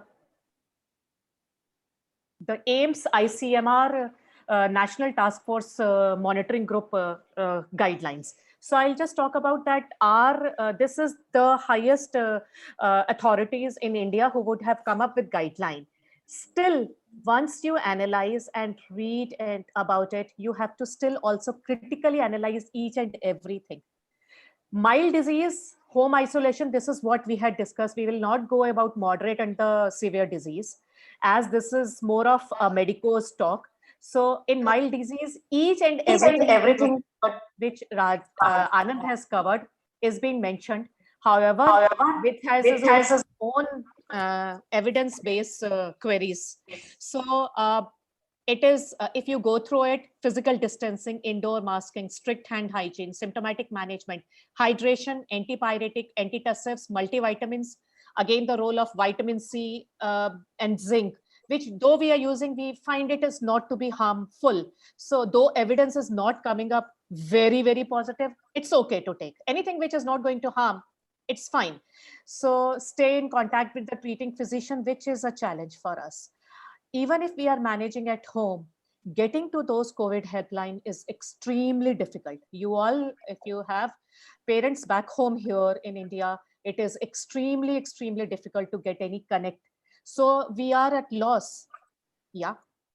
The Indian Society of Critical Care Medicine have an initiative where we are volunteered. We're doing telemedicine, and anybody can click on the link and speak to an intensive care consultant from around the world. There are people from Australia, New Zealand, UK, and US. So all time zones are covered. We are volunteering our time, and I have helped people in Bangalore, Savai Madhopur, wherever. So what I'm saying is, you can access that resource because the doctors in India are so overwhelmed at the moment. Yes. So you can access that resource. Just click on it and talk to them. So this is what he's talking about, Indian Society of Critical Care Medicine. So ISCCM is the society, and this is a great initiative. And this is what I was about to speak, that lots of other societies are also helping. So you need to find out those links rather than just the government link. Okay, so then monitor temperature and oxygen saturation. Yes, these are two things, that is a temperature probe and oximetry is one thing which we should, rather than people asking us, should we preserve, should we, store ivermectin, doxycycline, azithromycin, nothing has a role. What you should have a store is of oximeter, pulse oximetry, which is nearly 1500 to 1600 rupees, Indian rupees, which is hardly anything, and a temperature probe, which is digital or anything. So that is what you need to store. Not anything beyond that, you don't need to store at all. Difficulty in breathing, high-grade fever of more than 5 days, a low threshold to keep in, that is high-risk features, which Anand has mentioned, that high risk, then immediate attention is required. But again, getting the immediate attention, we are here to guide you and empower you in the home management. As much as possible, manage at home until unless it is actually indicated. So now, over here, may do's. I differ here on may do's quite a lot. You have to critically analyze. I don't think, as Anand has very well said, there is no role of ivermectin, there is no role of HCQS. Inhalational budesonide, yes, inhalational steroid, Anand has well covered. And if it is actually beyond 5 days, not managed, a fever is not managed with adequate doses of, Anand, just as you can see, it says may do's, and it also says low certainty of evidence. I fully agree. I would say if we are coming up with the national guidelines, then I would say that when it comes to, first thing, that is home, mild disease, we should give this information to lay person more cautiously. Because ek bar ye aa gaya, then we are all rushing for ivermectin, HCQS. This is where our authorities has to be slightly more cautious. I am not pointing any fingers, but yes, should be, as intelligent laypersons, we should critically analyze this. Yeah, but the third thing in there, the inhaled budesonide, there are 2 randomized controlled trials which have confirmed. So that is, I would say, a certain benefit. So inhaled steroids are good. Start inhaled early. Steroids, sir. Start early, provided if the response to antipyretics and anti-inflammatory, adequate doses of antipyretics and anti-inflammatory is not adequate. Correct. For adequate doses, if the response is not good. So those are like 100, like I would just talk about my brother-in-law, 100.2, 100.3. Should I start inhaled budesonide? I said, no need, because the doses went inadequate. So that is where is Now, again, when we analyze the authenticated sources, we also have to empower ourselves with more knowledge. Okay, I will stop sharing the screen and we'll take up questions. Have I stopped sharing? It is now it has stopped. Okay. Now I know that there are lots and lots of questions. I can see some on the screen. I know it's not in the correct order, and I see some hands up as well. Please don't worry. I've got lots of time if you've got time, and I aim to satisfy everybody. So one question I can see on there from Prasoon is anticoagulants are being recommended for a month even after recovery. Is it suggested? The answer to that is if you've had severe disease where you've required oxygen, we have seen that there were people who were discharged from hospital, I'm talking about UK experience, who came back suddenly and were found to have a large embolus, which is a blood clot in the lung. We call it a pulmonary embolism. Now, we know that many people with COVID have abnormal clotting, and most of it is extra clotting, not thin blood, extra clotting. So we've needed blood thinners, as I alluded to in my talk. If somebody has required oxygen and has been bedbound for a few days, whether at home or in a hospital, I would suggest that you continue the blood thinners, for want of a better word, for 6 weeks after, because we've seen it for 6 weeks after. So it should not be for a month, it should be 6 weeks after recovery. That's the rationale for it. Okay. Any other questions? I've got lots of hands up. Babita, you are muted. Sorry. So I tried to answer many, or I would say few or quite a lot. For the benefit of the house, few have asked privately. So how effective is Pfizer vaccine against ongoing COVID variant in India? Something to ask later. Okay, so I have answered that it is any vaccine all the vaccines are effective, especially for the severity, reducing the severity of the disease. And the percentage mentioned is nearly 90% effectiveness. Am I right, Anand? 90% effective for preventing the severity of the disease. Pfizer is 95% effective. 95% effective. And then how much time can we, lots of answers have been given in the, any acute illness, 4 to 6 weeks of difference is required for vaccination, minimum of 4 weeks.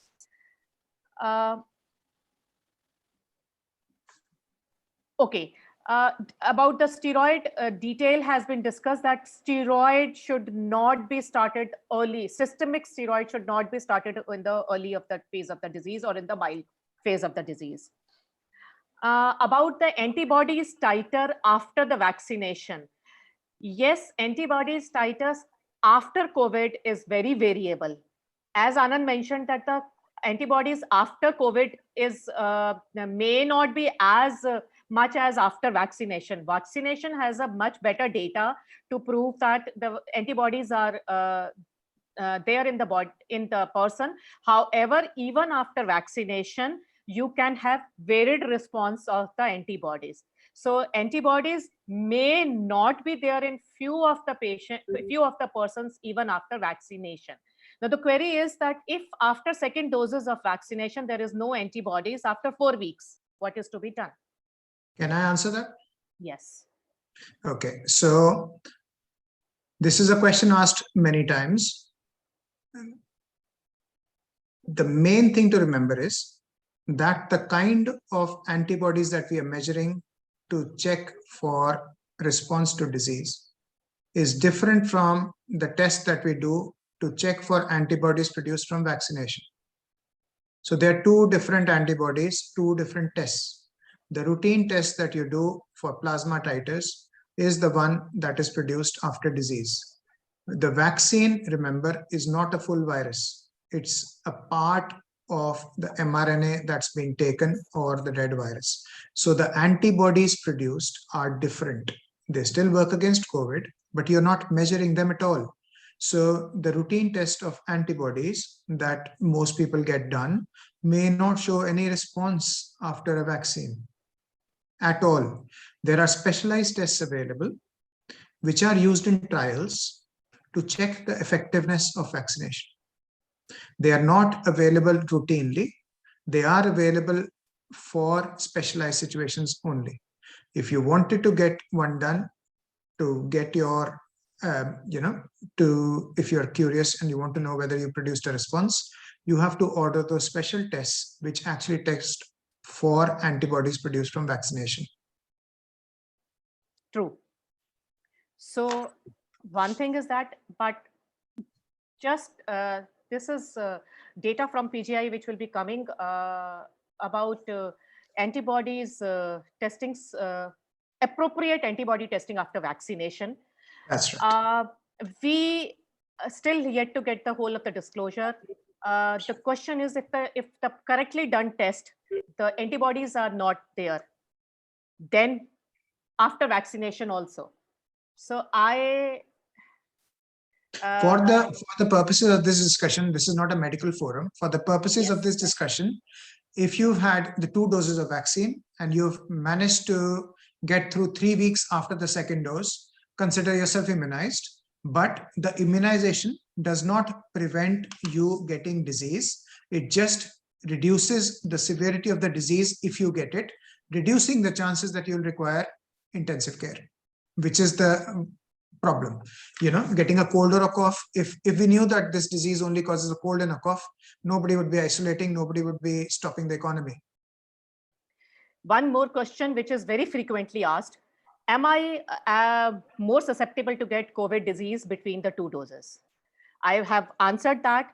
I would say that you are not resistant to get the COVID, but you are more susceptible to get the COVID is not the answer.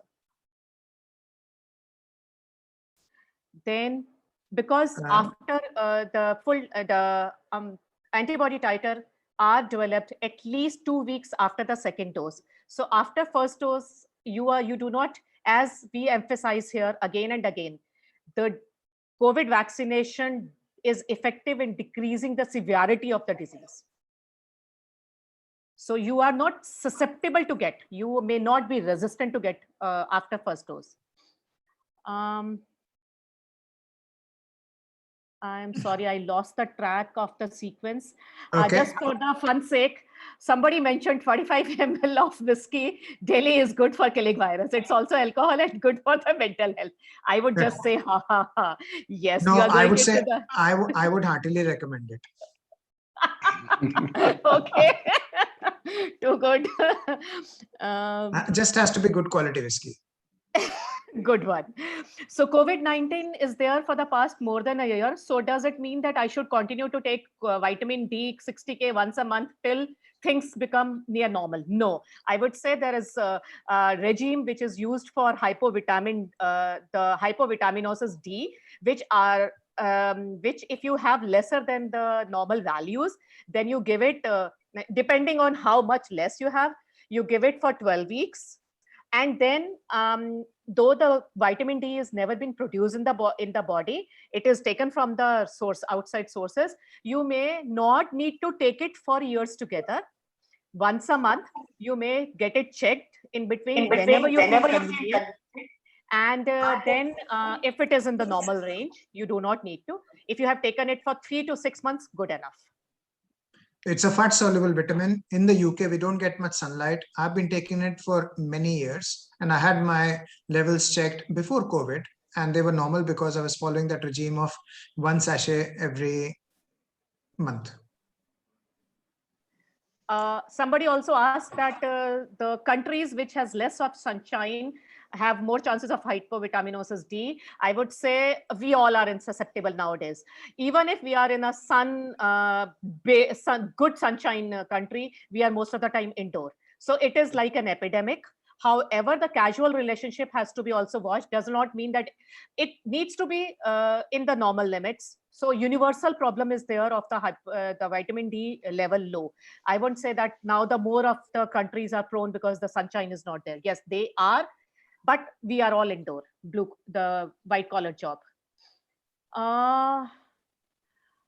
There has been queries. I hope now you all are empowered with the knowledge that no mixture of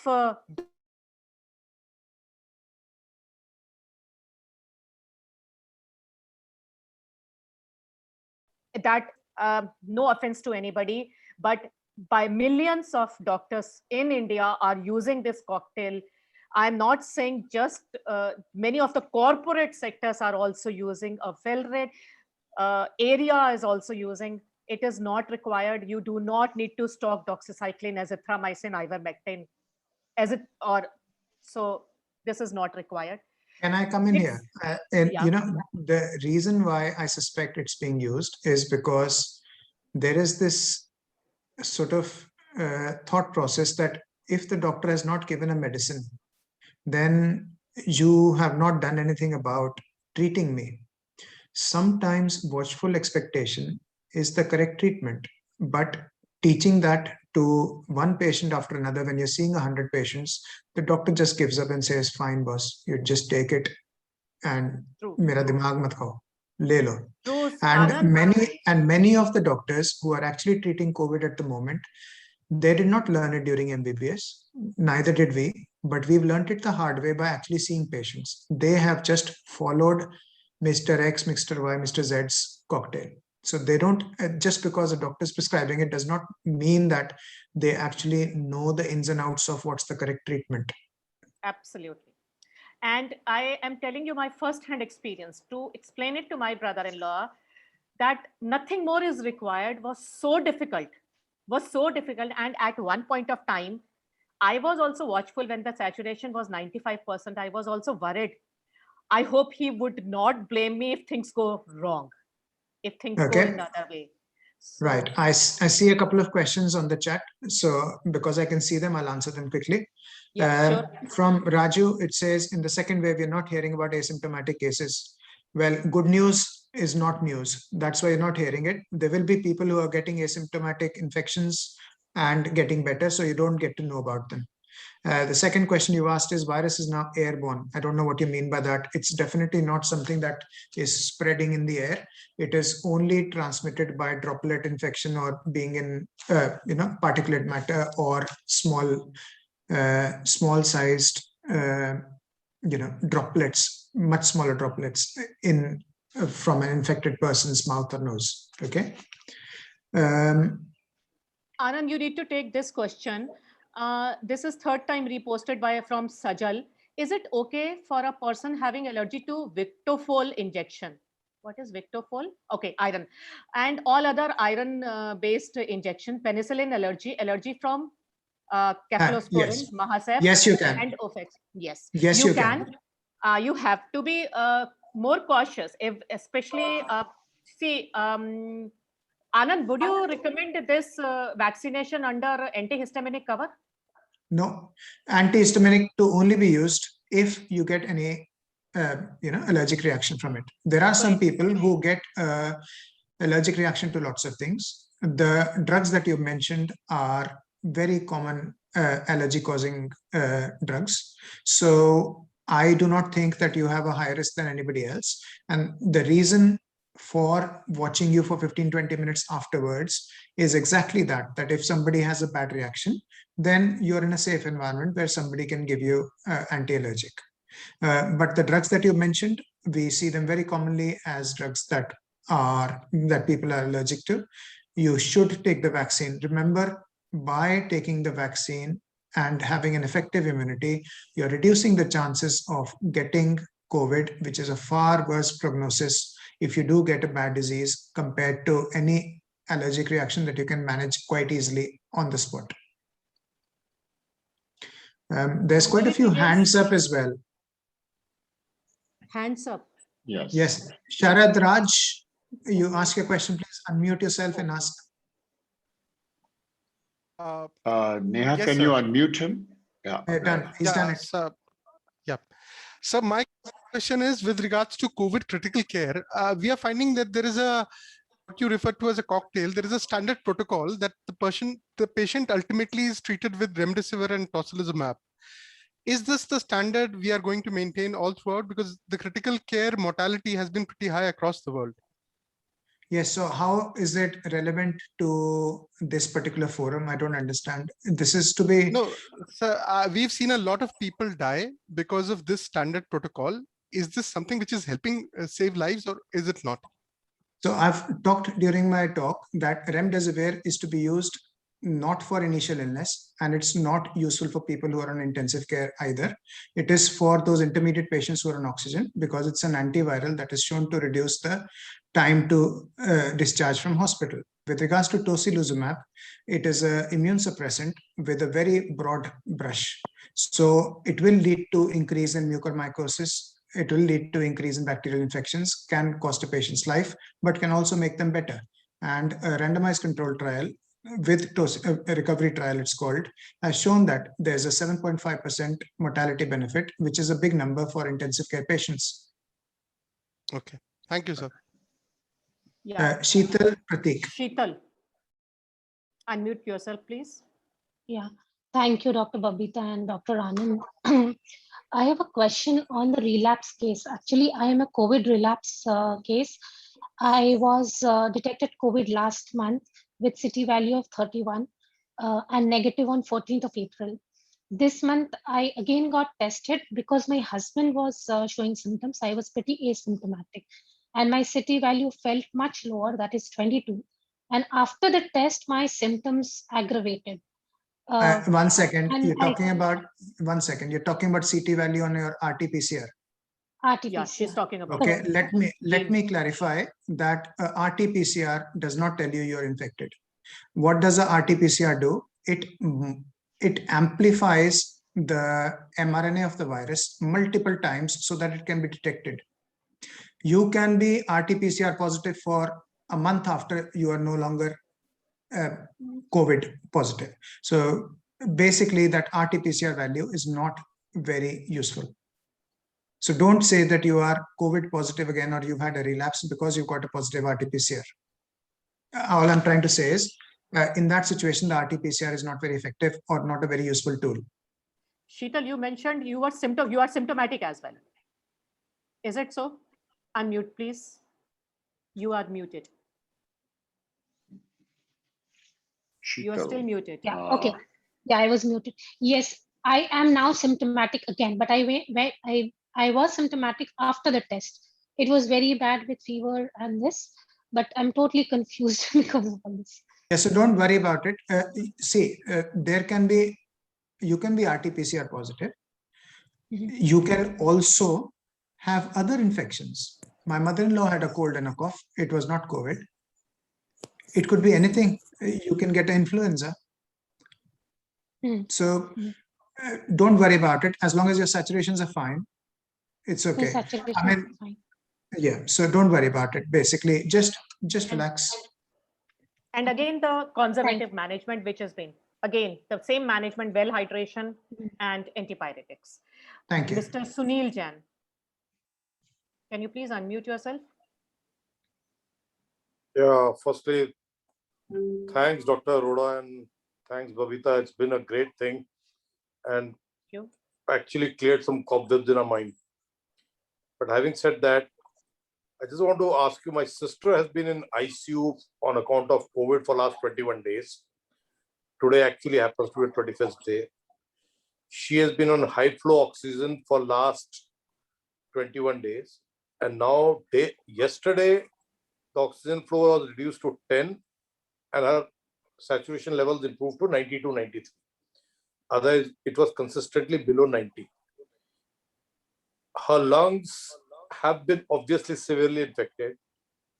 What I want to ask you is that even if she recovers, after recovery, will her lungs recover to the full strength, or we are likely to see her recovery to be only 80% in her lungs?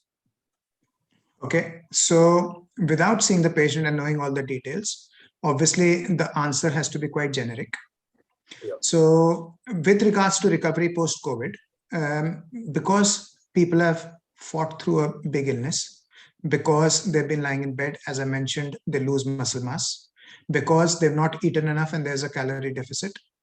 all of that leads to a catabolic state, as we call it, where your body is on self-destruct just to get enough energy to continue to fight. So it is often a long haul afterwards, but people do get better. And there are many, many people who've got complete recovery of their lungs. However, your sister does not sound like somebody who was extremely ill. I'm not trying to reduce her suffering. What I'm saying is that there are people who go onto a breathing machine called a ventilator and have very bad lungs, who don't manage with just the high flow nasal oxygen that you mentioned that your sister required. So high flow nasal oxygen is often the first step on intensive care, and there are 2 other steps before putting somebody onto a breathing machine. So luckily she is one of those who's likely to recover, but there might be some, the lung changes. If you do a CT scan in a month, you might still find some changes. The lung changes actually tend to take quite a long time to resolve. However, that should not cause too much of a problem, because if her saturations improve and if she's able to do her exercise, etc., she might have some effect, but hopefully she'll be back to her normal self. But it will take a few months. It'll take a few. I'll add on here. Yeah. Mr. Sunil, the good point is that she is recovering. That is a major point, and she's been only on high HFNC. So that I believe and I understand that people at the ICU would also be helping her to have incentive spirometry or lung exercises. It will be a slow process. However, the chances of recovery are good. So this is what I can say in gist, that it will be her effort and also the due course of the time, she will probably go back to normal. Thank you. Moving on to Really appreciate. Most welcome. Thank you. Ashok, can you unmute yourself? After Ashok, Ankur. And then we'll go to further more hand raised. Ashok. Mr. Ashok? Yeah, hi, can you hear me? Yes. Yeah. Yes. Okay. So thanks for an excellent presentation, Dr. Arora and Babita. My question is to Dr. Arora. Can you please repeat your comments about the effectiveness of a 5-liter concentrator? You had mentioned something in your presentation, but I missed some of those points. Okay. So all of this is also mentioned in the article that you're going to get if you click on the hyperlink, which I've included, but I'll mention it now because you asked for it, in case there are other people who need to understand that as well. So an oxygen concentrator is a device that basically air is made up of 21% oxygen. Most of the rest is nitrogen. So what we are doing in an oxygen concentrator is effectively taking off the nitrogen so that the gas coming out of the concentrator is effectively, most of it is oxygen. Okay. Now the ability of the machine to deliver oxygen at a high enough concentration to be called oxygen. When you call something as oxygen coming out of the concentrator, it needs to be close enough to 100% oxygen that's coming out. Now that ability is restrained at the peak of that 5-liter concentrator's capacity, because it is entraining a lot of air, but the mechanism by which the nitrogen is absorbed is overwhelmed in this small machine. So the output gas is only 30-40% oxygen instead of 21% oxygen in room air. It has gone up a bit, but it's not gone up to 99 or 100% to be called pure oxygen. If you use a 10-liter machine, for example, and you're using it at 5 liters, you are not overwhelming that machine's capacity, and therefore you're likely to get a higher concentration of oxygen in the output gas, because that machine is capable of producing a higher flow. That 10-liter concentrator might be giving only 35% oxygen at 10-liter flow, but it might be giving 90% oxygen at 5-liter flow, because we are not overwhelming its capacity. Got it. Okay, thank you. If you can mute yourself now and we go to the next person, please. Thank you. Aman? Mr. Ankur? Oh, sorry, Ankur. Ankur. Yeah. Just one Can you second. switch Let on your me. video if possible? Yeah, sure, ma'am. Just trying to do. Hi. Huh. Thank you so much, ma'am, and Dr. Arora. So actually, my question is very related to the oxygen concentrator. So I just want to understand, my family is in a remote town and where there is actually no hospital. Now, I have sent them a Philips 5-liter concentrator. It says it's a medical grade and gives 93% plus minus 3%. That's Now, the best brand. That is the best brand available. oh, is it, sir? Okay, that's And great it's to not know. available, and it's not available at the moment. So if you've got it and you've got it with your family, that's excellent. That's great. So also one thing, it is just got, it is available right now in the UK on portableoxygen.co.uk. I talked to them. Okay, great, sir. That's good to know. So that's what, so how should, my brother has COVID, he has recovered. So is it something that would oxygen concentrator also help in the post-COVID recovery? Will that No, be it's not helpful? required. If he's recovered and his saturations are fine, yes, he'll sir. be fine. He'll be fine. Okay. Only and only if saturation is less. Okay, ma'am. And also, ma'am, now given that I have sent concentrator back home, I also want to use it for the community. So just to understand, sir, how should we, I believe it should be under doctor's supervision, and they should advise us on how many liters and what concentration to maintain depending on SpO2. So I can explain it here. I can explain it here. It's not a problem. See, ideally, all of this should be done in a hospital. The reason why we're buying oxygen concentrators is because the hospital system's overwhelmed, right? And therefore, knowledge is power, and that's why we're doing this. So an oxygen concentrator, basically, what we're trying to do is when somebody's got bad disease enough to require an oxygen concentrator, then our targets are to maintain the oxygen levels using a pulse oximeter at more than 92%. Right. Our target is not to get to 99 or 100. We don't want that. We just want the value to be above 92 and if possible above 94. Right, sir. Okay. And it's not like a drug which you give for 2 hours or 1 hour or whatever. You give it as long as the saturation is low. I think there's some noise in your background, man. Sorry, sir. This is something. Yeah. So okay. So what I understand that you basically give it to the patient until unless the SpO2 comes back continuously. And then once your saturations are consistently above 94, for example, you can reduce, let us say you were given 3 liters per minute and the saturation is now touching 96 because the patient's recovering. Reduce it from 3 liters per minute to 2 liters per minute. And equally, when the sats continue to go up, you can reduce it to 1 liter per minute and then turn it off. Every 2 hours, you can titrate it down. If the recovery is that quick, it might be every 2 days, it might be 1 day. If you're measuring the saturations, you can reduce it. All you want is a number more than 92. Great. No, thank you so much, sir. That's so helpful, Dr. Anand. Yeah. That's lovely. Thanks. Okay. Cheers. Okay, we move on to Ritamba.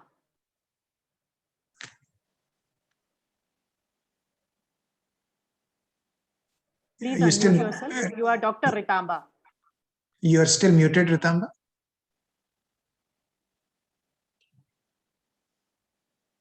Hello. Hello. Yeah. Hi. We can hear you. You again muted. Yeah. Thank you. Okay. Good afternoon and thank you. I just wanted to check up. My father has been recovering from COVID and he's on his 26th day, but his dependence on oxygen is there. His current saturation levels without oxygen support drops to 86 to 88, constantly at 1 to 1.5 liter per hour.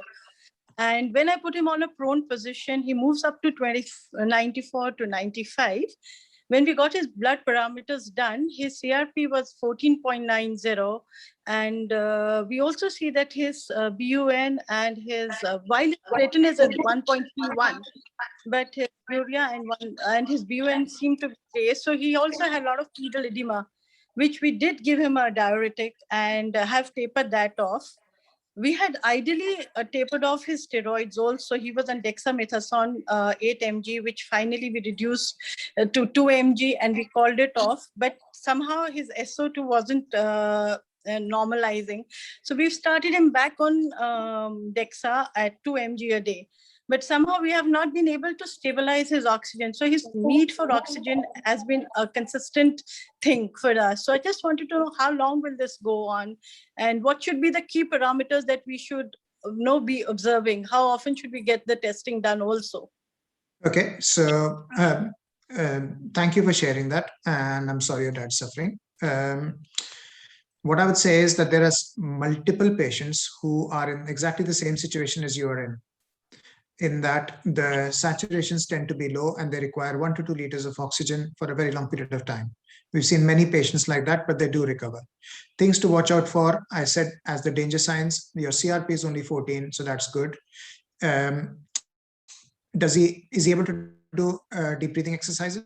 Just encourage those. Incentive spirometry, if you can do that, encourage that. And just wait and watch, and hopefully will recover soon. Okay, it can take quite a long time. Don't worry. The things to watch out for are the danger signs: high temperature, any difficulty breathing, sudden unconsciousness, all of those things that point out to PE. I'm assuming you're a doctor yourself. Yeah. So watch out for a PE. Watch out for CRP rising dramatically, suddenly, because that will point to a cytokine storm. Watch out for any infections. And other than that, just continue with the 1 or 2 liters. Do some gentle retraining exercises, retrain his breathing, encourage deep breathing, and things will get better. Yes, thank you so much.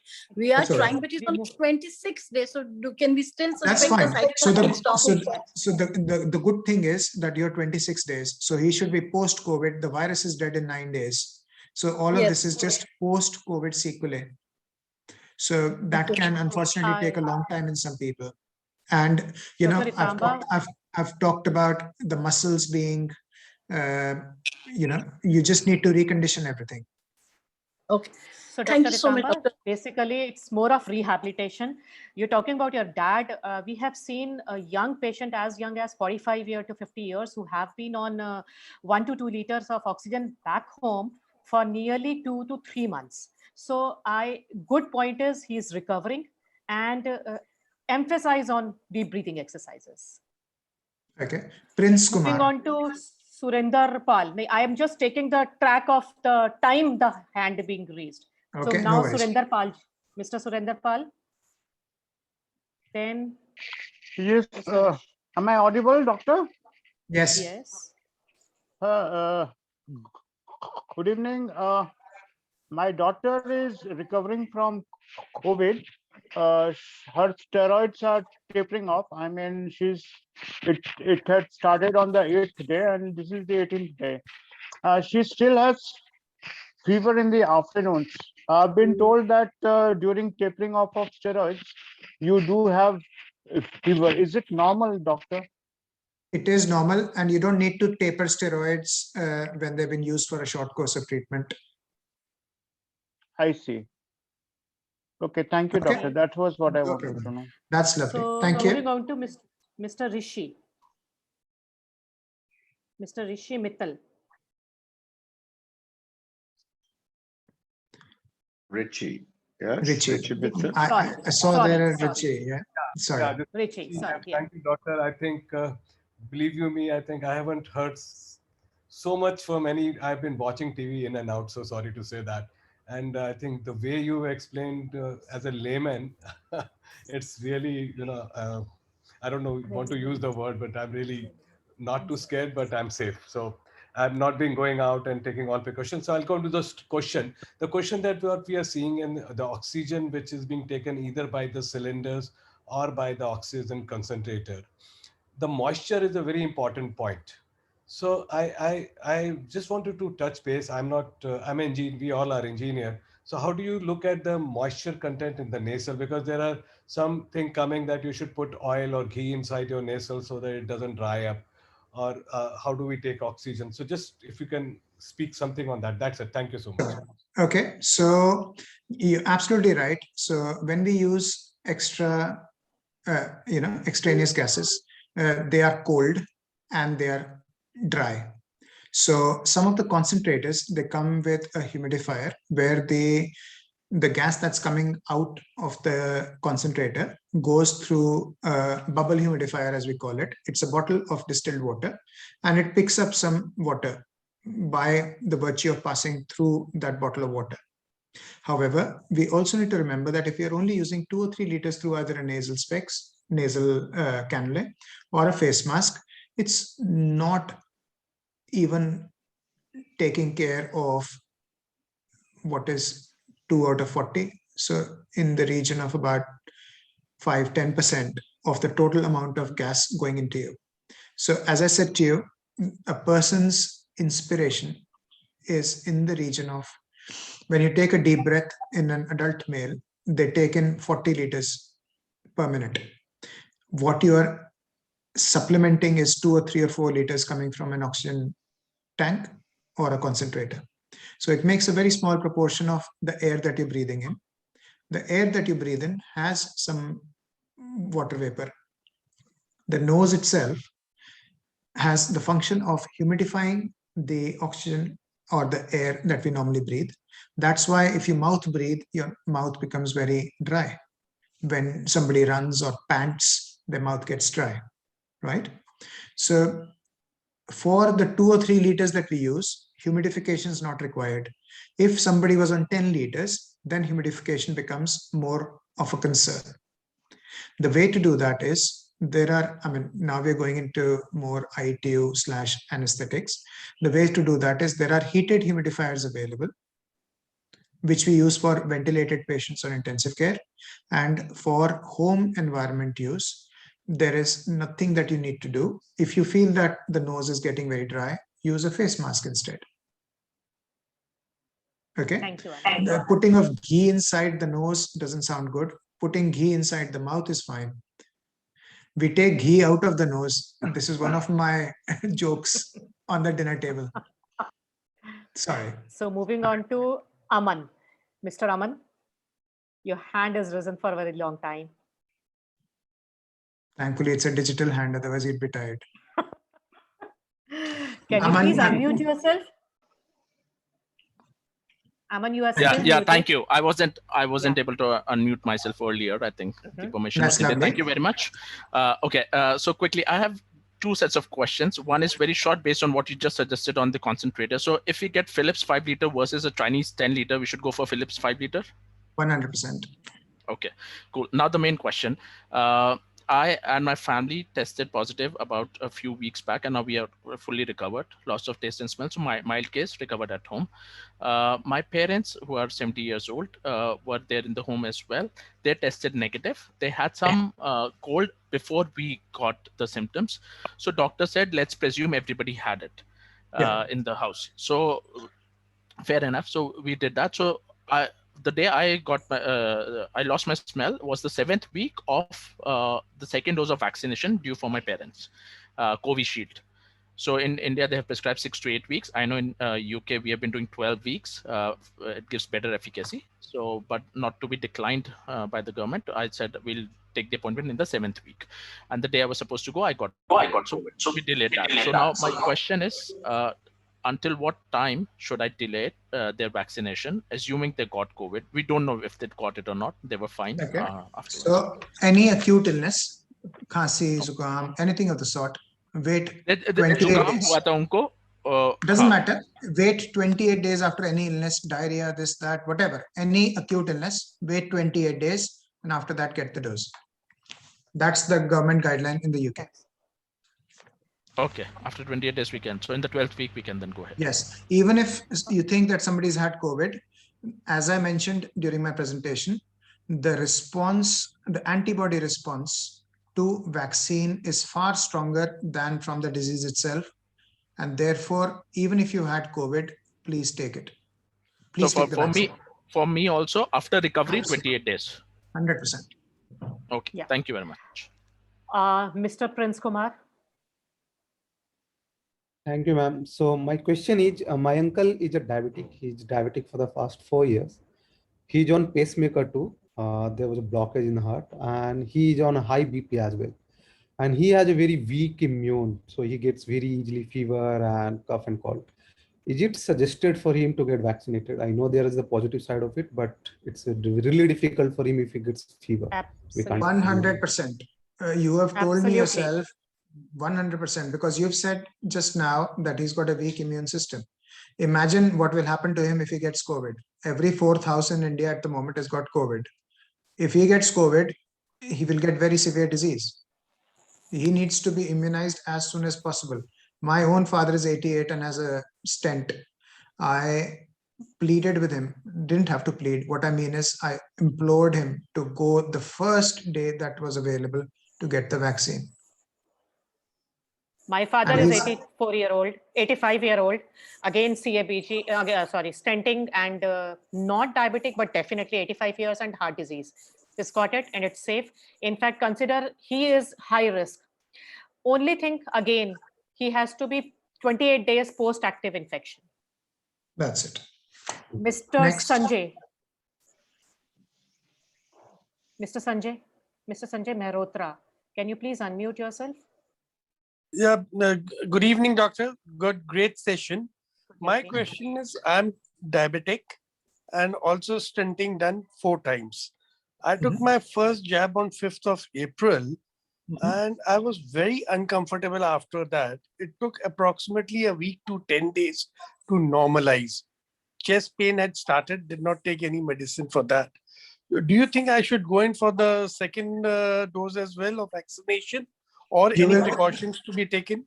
Okay, so please, anybody asking the same questions about vaccine, the answer is always yes, please take the vaccine. Yes. Imagine what will happen to you if somebody with your risk factors gets COVID in a bad way. I have told you that vaccination reduces the chances of you getting severe disease dramatically. You need to take the vaccine. Sorry. Also, the second dose might have a lesser side effects. Might be more, might be less. Just take Miss- some paracetamol. Yes. Mr. Ajoy Singh. He might not be there. Mr. Ajoy Singh. Okay, Please Mr. tell Vishnu. Now I am he's here. audible. Yeah, unmute. Thank you. Yes, you are audible Thank now. you, Doctor. Thank you, Dr. Arora and Babita. It's an excellent presentation. I have one question. Actually, my own uncle and auntie, last year they are infected severely and were hospitalized. And we lost our auntie, of course. Uncle has been saved and he has been discharged yesterday. We are listening too much about black fungus these days. So what symptoms we should observe, and what precautions and what preliminary treatments, etc., we can take if we see any symptom of black fungus like that. Would you please? Should I? Okay, Do you want to take it or should I take it? it's fine. I can take it. Mr. Ajoy, it is basically because of the, I would say, rampant use of steroid. And steroid itself has is known to reduce the immunity. Steroid patients are prone for the infection. So if things are not taken care, like the main reason for the mucormycosis, black fungus is mucormycosis, is when in the hospital, the humidifiers are not taken care properly. Okay. In humidifiers, we need to be using distilled water, that is sterile distilled water. And what we observed that in humidifiers in hospitals, running tap water was being used. And if there is any source of fungus, then, and patient is on steroid, the immune response is suppressed, the chances of infection can increase. About the symptoms, mucormycosis can occur in nasopharynx, nose, or eye, or in the oropharynx.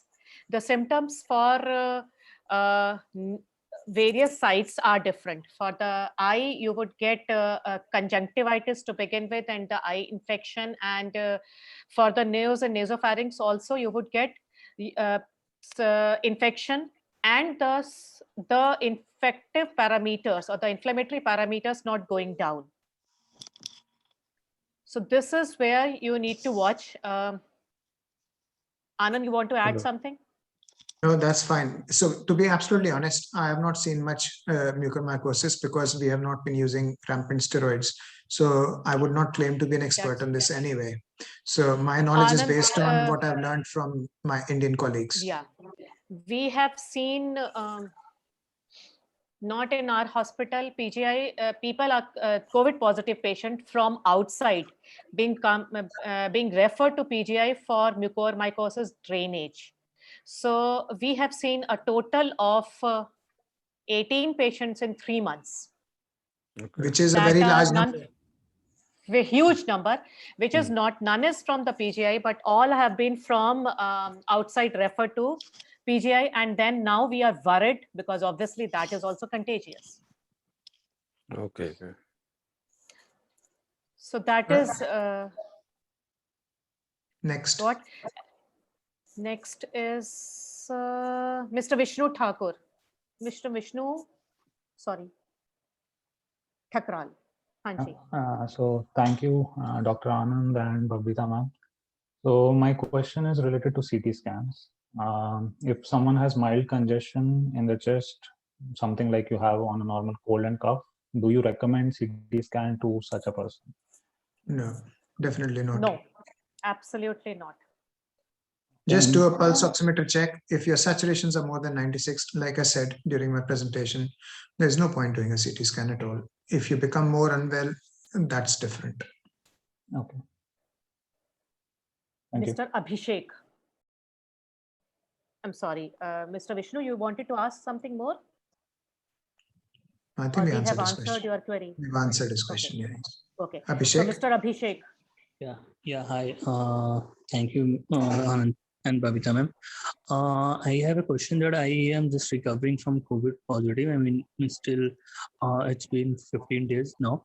I'm just, you need to know why the people are feeling so low, less energetic, and what shall someone do to avoid these things? I mean, to cope up with the regular work and regular time. So what would you suggest, both of you? Okay, Mr. Abhishek, this is a virus. It attacks the various cells of the body.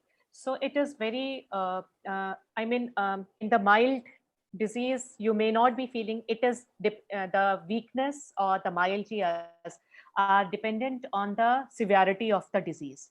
If you have high-grade fever persisting, viral load is higher, still the symptoms are mild, you would have myalgia and weakness, and it will take time for the recovery.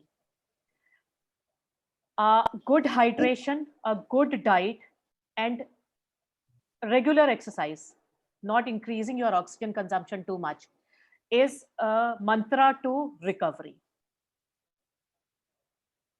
Anand? Yeah, absolutely fine. Aman? Mr. Aman.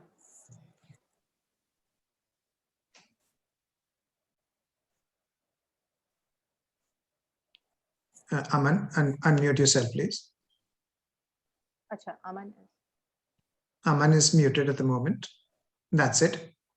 Yes, thank you. I couldn't unmute. So, sorry, just a follow-up question for the parents for the vaccination at 70 years. My father has slight BP problems, but not major. Do we need to give any blood thinners or anything just as a preventive measure during the second dose of Covishield? Absolutely not. The blood thinners actually make the chances of a hematoma much worse. Oh, okay. So nothing at all, right? No. Is he on anything at all because of hypertension or because of heart disease? No. He was on medication for 6 months, but now with exercise and all, it's all controlled. So nothing at all. Not required. Nothing's required. Okay, great. Thank you very much. I think, Anand, we've done almost all the hand. My God, it's. Oh.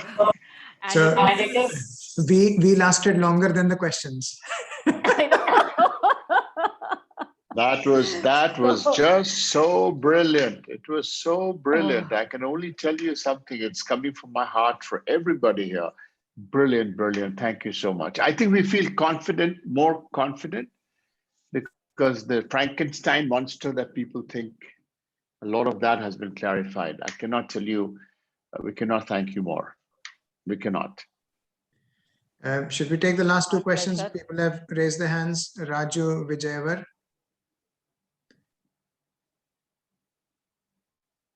Raju, unmute yourself. Yeah, hi. Yeah, yes. Thank you. I had actually, you answered my question, which I typed earlier, but just to give you a background. So earlier last year, in those days, we heard a lot of cases of asymptomatic. This time, we are hearing a lot of cases of sickness and illnesses. Like, so we still have maids coming in and, drivers or delivery people. So so the question was, can there still be asymptomatic cases? I'm sure maybe there are, but have you heard of what's the trend like? Or is everybody getting sick? So as soon as anybody of these delivery people and all that. No. There are many people who, because I teleconsult with people who are worried, just the worried well, we call them. So there are many people who've got a sore throat, maybe a sense of loss of taste. Some people get a diarrhea for a couple of days. They do not drop their saturations. They get better. And in about 5 or 6 days, I get a text saying, "Doctor, we've recovered. Thank you." So not everybody gets very, very unwell, if that is your question. So don't worry. Okay, and the other one is, I was talking to a friend, doctor friend of mine. He was saying, don't leave your house for another month. Whereas I like to go around walking or running. Where do you live? Masks. Gurgaon. Where do you, huh? Gurgaon. Gurgaon. See, the situation in India is that every third person is infected. You will have to think in terms of being able to go down a lift if you live in a condo without touching anything. You will have to remember you're not touching any doors or gates for any gardens, for example. Then you have to make sure that you don't come into contact with people closer than 6 feet. And all of that needs to be maintained. Say, for example, I mean, what I'm trying to say is, I know lots about India because I come regularly. I've not become a Firangi. My sister lives in a condo, and there'll be absolutely no trouble at all if you're walking around the walking path in their garden, the large garden. But if you're walking outside where you would not be able to control how close you are to other people, I wouldn't recommend that. If you're able to go out for a walk in a condo, for example, where you can be reliably away from other people, not touch things, and then take the hand close to your mouth. If you can do all of that reliably, then you can go for a walk. If you think that that's too much of a risk to take, better to stay home. See, another thing is which we are missing also. Yes, in elderly patients, in elderly people, sorry, missing out walk and meeting people is a major emotional drainage, as well as major, muscular decreased uses. So this I have observed with my father in the first lockdown phase. When he stopped going to the walk, he lost his muscle power dramatically in 3 months, because the only thing which you need to emphasize our parents is that they should keep on doing exercises at home. So that is very, very important to have muscle movement. So he's been taught a set of 12 exercises, which he does at home, rising like the quadriceps, the hams, it's all which can be done at home. So you have to keep it in mind that that has to be maintained. Yeah. My father is a Mr. doctor, Rajesh. but he's 88, and he might not be able to follow everything that I've said in terms of, not touching this, not touching that. What you don't realize is, if you watch somebody who sat there in your own family and don't tell them what you're doing, you will see that they touch their face about 15 to 20 times every minute. And, that is the source of infection spreading. So if you don't want to take a chance, stay at home. Stay at home, do some exercises at home. That's Mr. right. Rajesh. Next.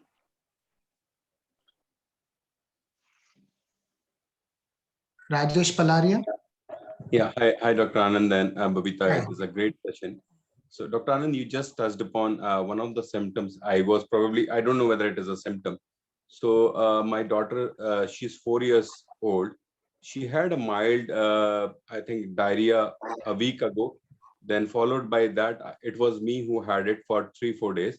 So, it went away. Sorry. Am I audible? Yes, you are. Yes. Yeah. So we had that mild diarrhea for almost like 3 to 4 days. We just gave some enteroctomine to my daughter, and she's now fine. Even that is the case with me. So probably I don't know whether it is a symptom of COVID or probably it's just some other stomach bug. See, little children get diarrhea. Don't worry about it. It might not be COVID, but you can't be sure. So don't worry about it. Yes. Point is, if it was COVID, it's better. If it wasn't COVID, that's fine. It's better anyway. So don't worry about it. Nobody will be able to give you a correct answer whether it was COVID or not. Children don't tend to get it as often. Right? See, again, one thing Thank is, you. even if it was COVID, it was so mild. Even if it was not COVID, fine. So it's something which we do not need to be scared of. Next, Narendra. Mr. Narendra. The next one on the list is Arijit Chakravarti. So be prepared, please, for the next question. And don't then unmute yourself just yet. Narendra? Yeah, am I audible? Yes, you are. Yes, please. Thank you very much, doctors. It was a very nice and informative session. Thank you. I have a question. My wife is 60 years old and she is asthmatic. And we had both the COVID doses. The second dose was on 6th of this month. So what type of a precautions should I take? Should she take so that she remains? She somehow, both of us have not got infected with this dreaded disease till now. So, and we have taken both the vaccines now, dose 1 and dose 2 of Covishield, we took it. Yes. And it's now nearly, I think, the 5th day, 6th of this month, we have taken that one. So another so another 2 weeks of Banvas at home. Okay. So will and continue to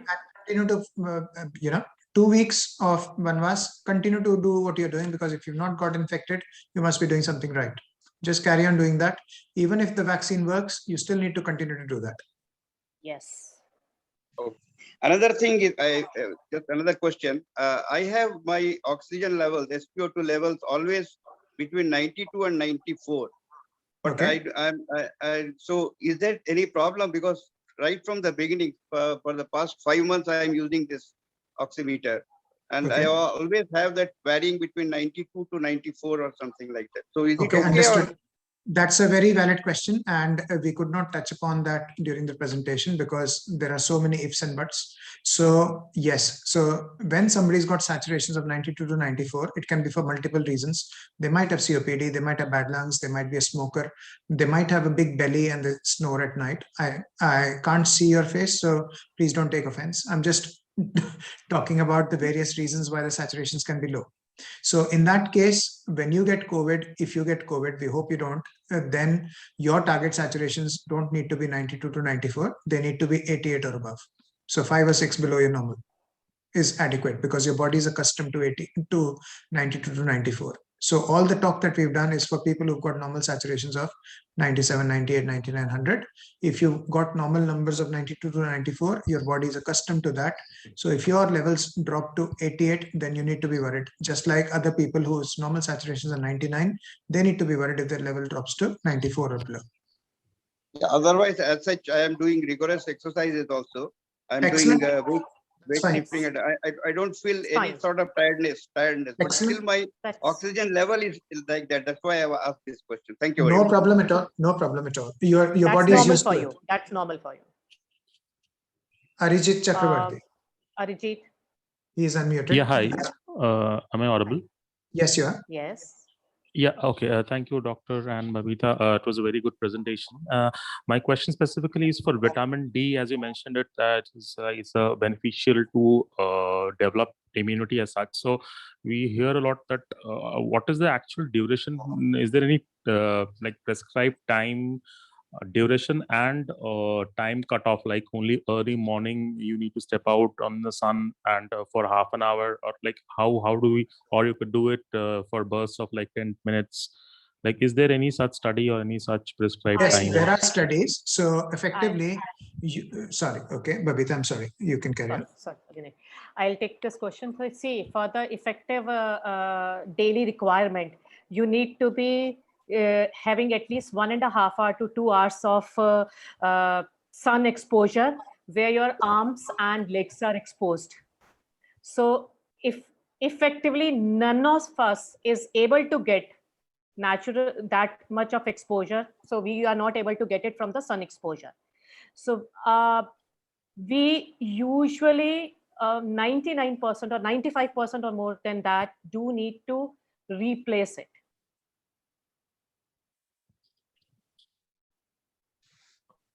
Okay, thanks. So but then that does not mean that like if we step out like half an hour or anything, so it what I had heard that you need to be at least for like more than half an hour or something to develop substantial amount of vitamin D. So anything less than that is not beneficial. Like if you're just there for 10-15 minutes, that does not count as such. So is that the case?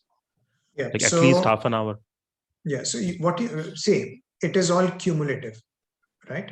So when you're in temperate areas like I am at the moment, as in the UK, as you go more north, there is less exposure to sun. So pretty much everybody needs vitamin D. Therefore, some countries, just like India has done iodized salt, many people have done vitamin D in cereal, for example, morning breakfast cereal. Because it's a fat soluble vitamin, you can do that. With regards to the question you're asking, the recommendations are 15 to 20 minutes of full arms and legs exposed in bright sun, which is not often achievable, especially in the UK. With regards to India, the fact is that a vast majority of Indian population is vitamin D deficient. So the point is that whatever we are getting is not adequate. Now, there are so many people like farmers working in the field all day. If you check their vitamin D levels, they are probably likely to be all right. Okay. But these guidelines with regards to 15 minutes, 30 minutes, 45 minutes, or whatever are just guidelines. Your body, if you've got sunscreen on, the vitamin D production will be zero. If you have an umbrella on, your vitamin D production will be zero. How many people step out in the sun during summers in India? Hardly ever. So effectively, you will need vitamin D supplementation. I know what the question you're asking is, how long you need? It will be different in Kerala and it will be different in Jammu and Kashmir. Does that answer your question to some extent? Arijit? Looks like he's dropped off. Gulshan Ram? Gulshan.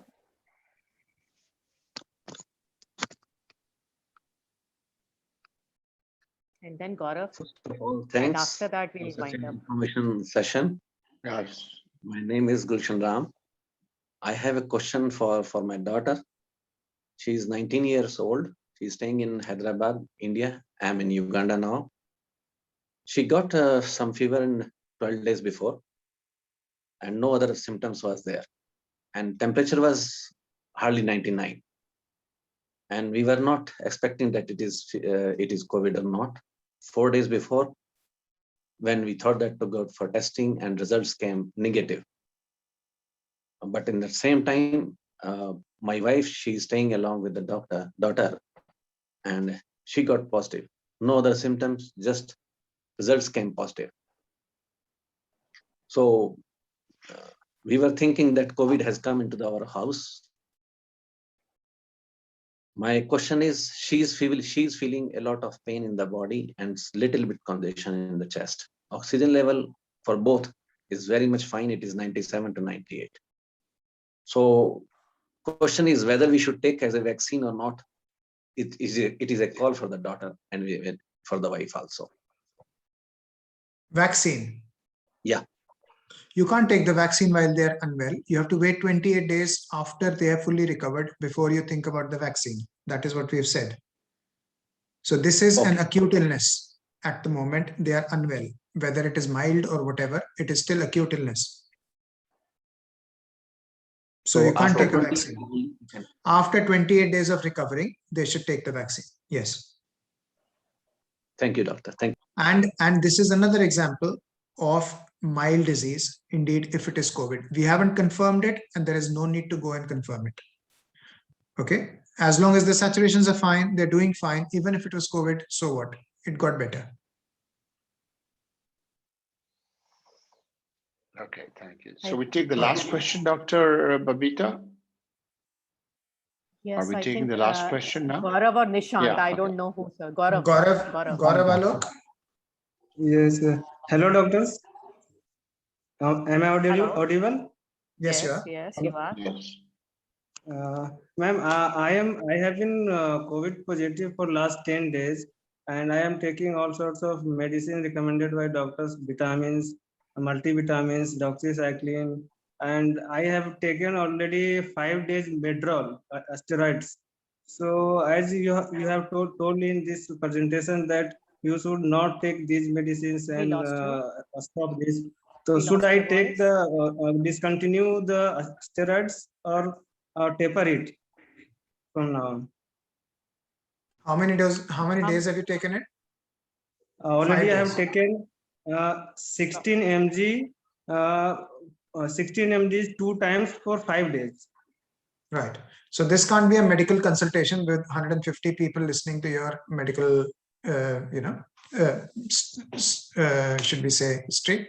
So you need to speak to your doctor. But the general principles are, if your saturations are not low and if you do not require oxygen, you should not have started steroids at all. If your general condition is bad, if your respiratory rate is high, if your oxygen levels are low, then you should have started steroids. If you have started them and taken them only for 6 days, because it is a short course, you don't need to taper them, just stop them.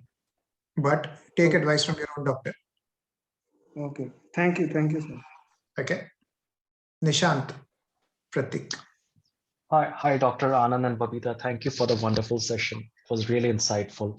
So I have been COVID positive for the last 10, 11 days now.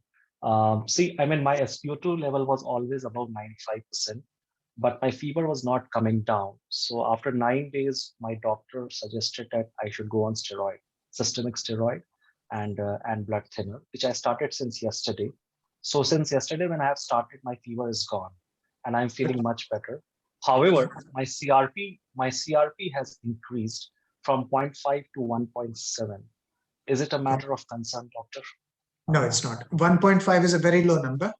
So don't worry about it. Yeah, 1.5, 1.7, under 15, 20 is a low number. So don't worry about it. So you're it's a very low number.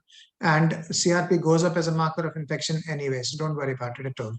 You have done the right thing in this particular situation. Steroid was indicated, so that's fine. Right.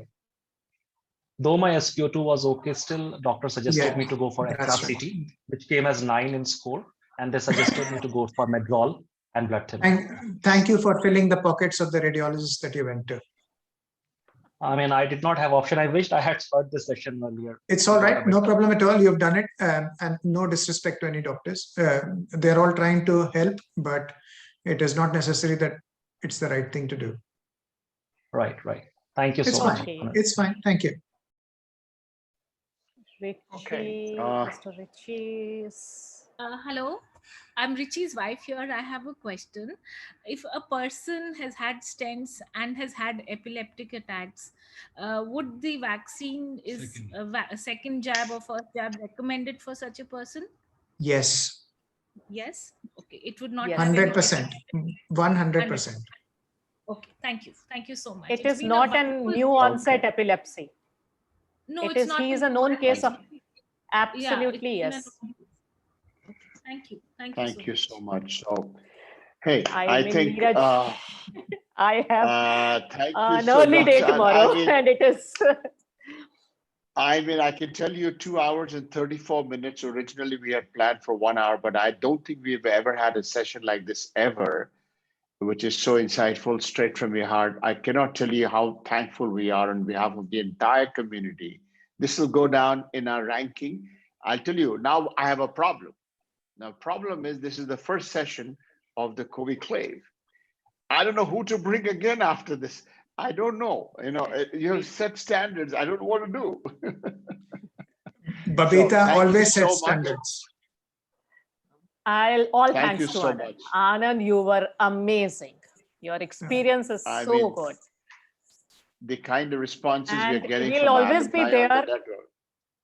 We'll be there when required. I'll see, we'll fix up any time which is required, but may not be very regular for this much of time. I understand. I know Anand is also I busy, but then we'll be there to help you out. And Guneet, if you're around, let me thank you also. Where is she? She's around. I think people would have gone to bed in India. Yes, it's 12:40, 40 past midnight. So thank you so much. Thank you so much, Dr. Anand, Dr. Babita, for being with us and sparing your time. You saved a lot of lives. Thank you so much. I cannot thank you more. Thank you, Anand. Thanks, everybody. Especially thank you. I mean, Anand was there in 15 minutes notice. I just texted him and he said, I am there, and he fixed up this time and day to day. Very thankful to you, Anand. Thank you very much. It's a pleasure. It's actually a very selfish motive. I just want to spread good information that's coming from the bottom of my heart, because I want people to come out of this without panic, if we can help it. Yes. One last question is, can we use that document and we publish it on our website as part of? Absolutely. It is meant to spread the knowledge. Yes. Spread the knowledge. We provide absolute consent for this. Yeah, we have a crazy outreach of tens of thousands of people, so we'll do that. Yeah. And I am the document that is on there is all evidence-based, and I will stand by it. So there is absolutely 100% certainty, except the vitamin D, where some intensivists don't agree, but there's no harm done. And I firmly believe it. There is everything in there is complete evidence-based. So thank you so much. Thank you. Have a great evening. Thank you. And Bye-bye. Thank you so Bye, all much. of Thank you. you, everybody. Thank you, Pleasure everybody. Thank being you. with you, Anand. Pleasure with being with whole of this. Thank you. It's a pleasure. Intelligent gathering. Thank you. All of Bye-bye. you. Cheers, guys. Good night. Bye-bye. Good night. Bye. Thanks a lot. Thank you.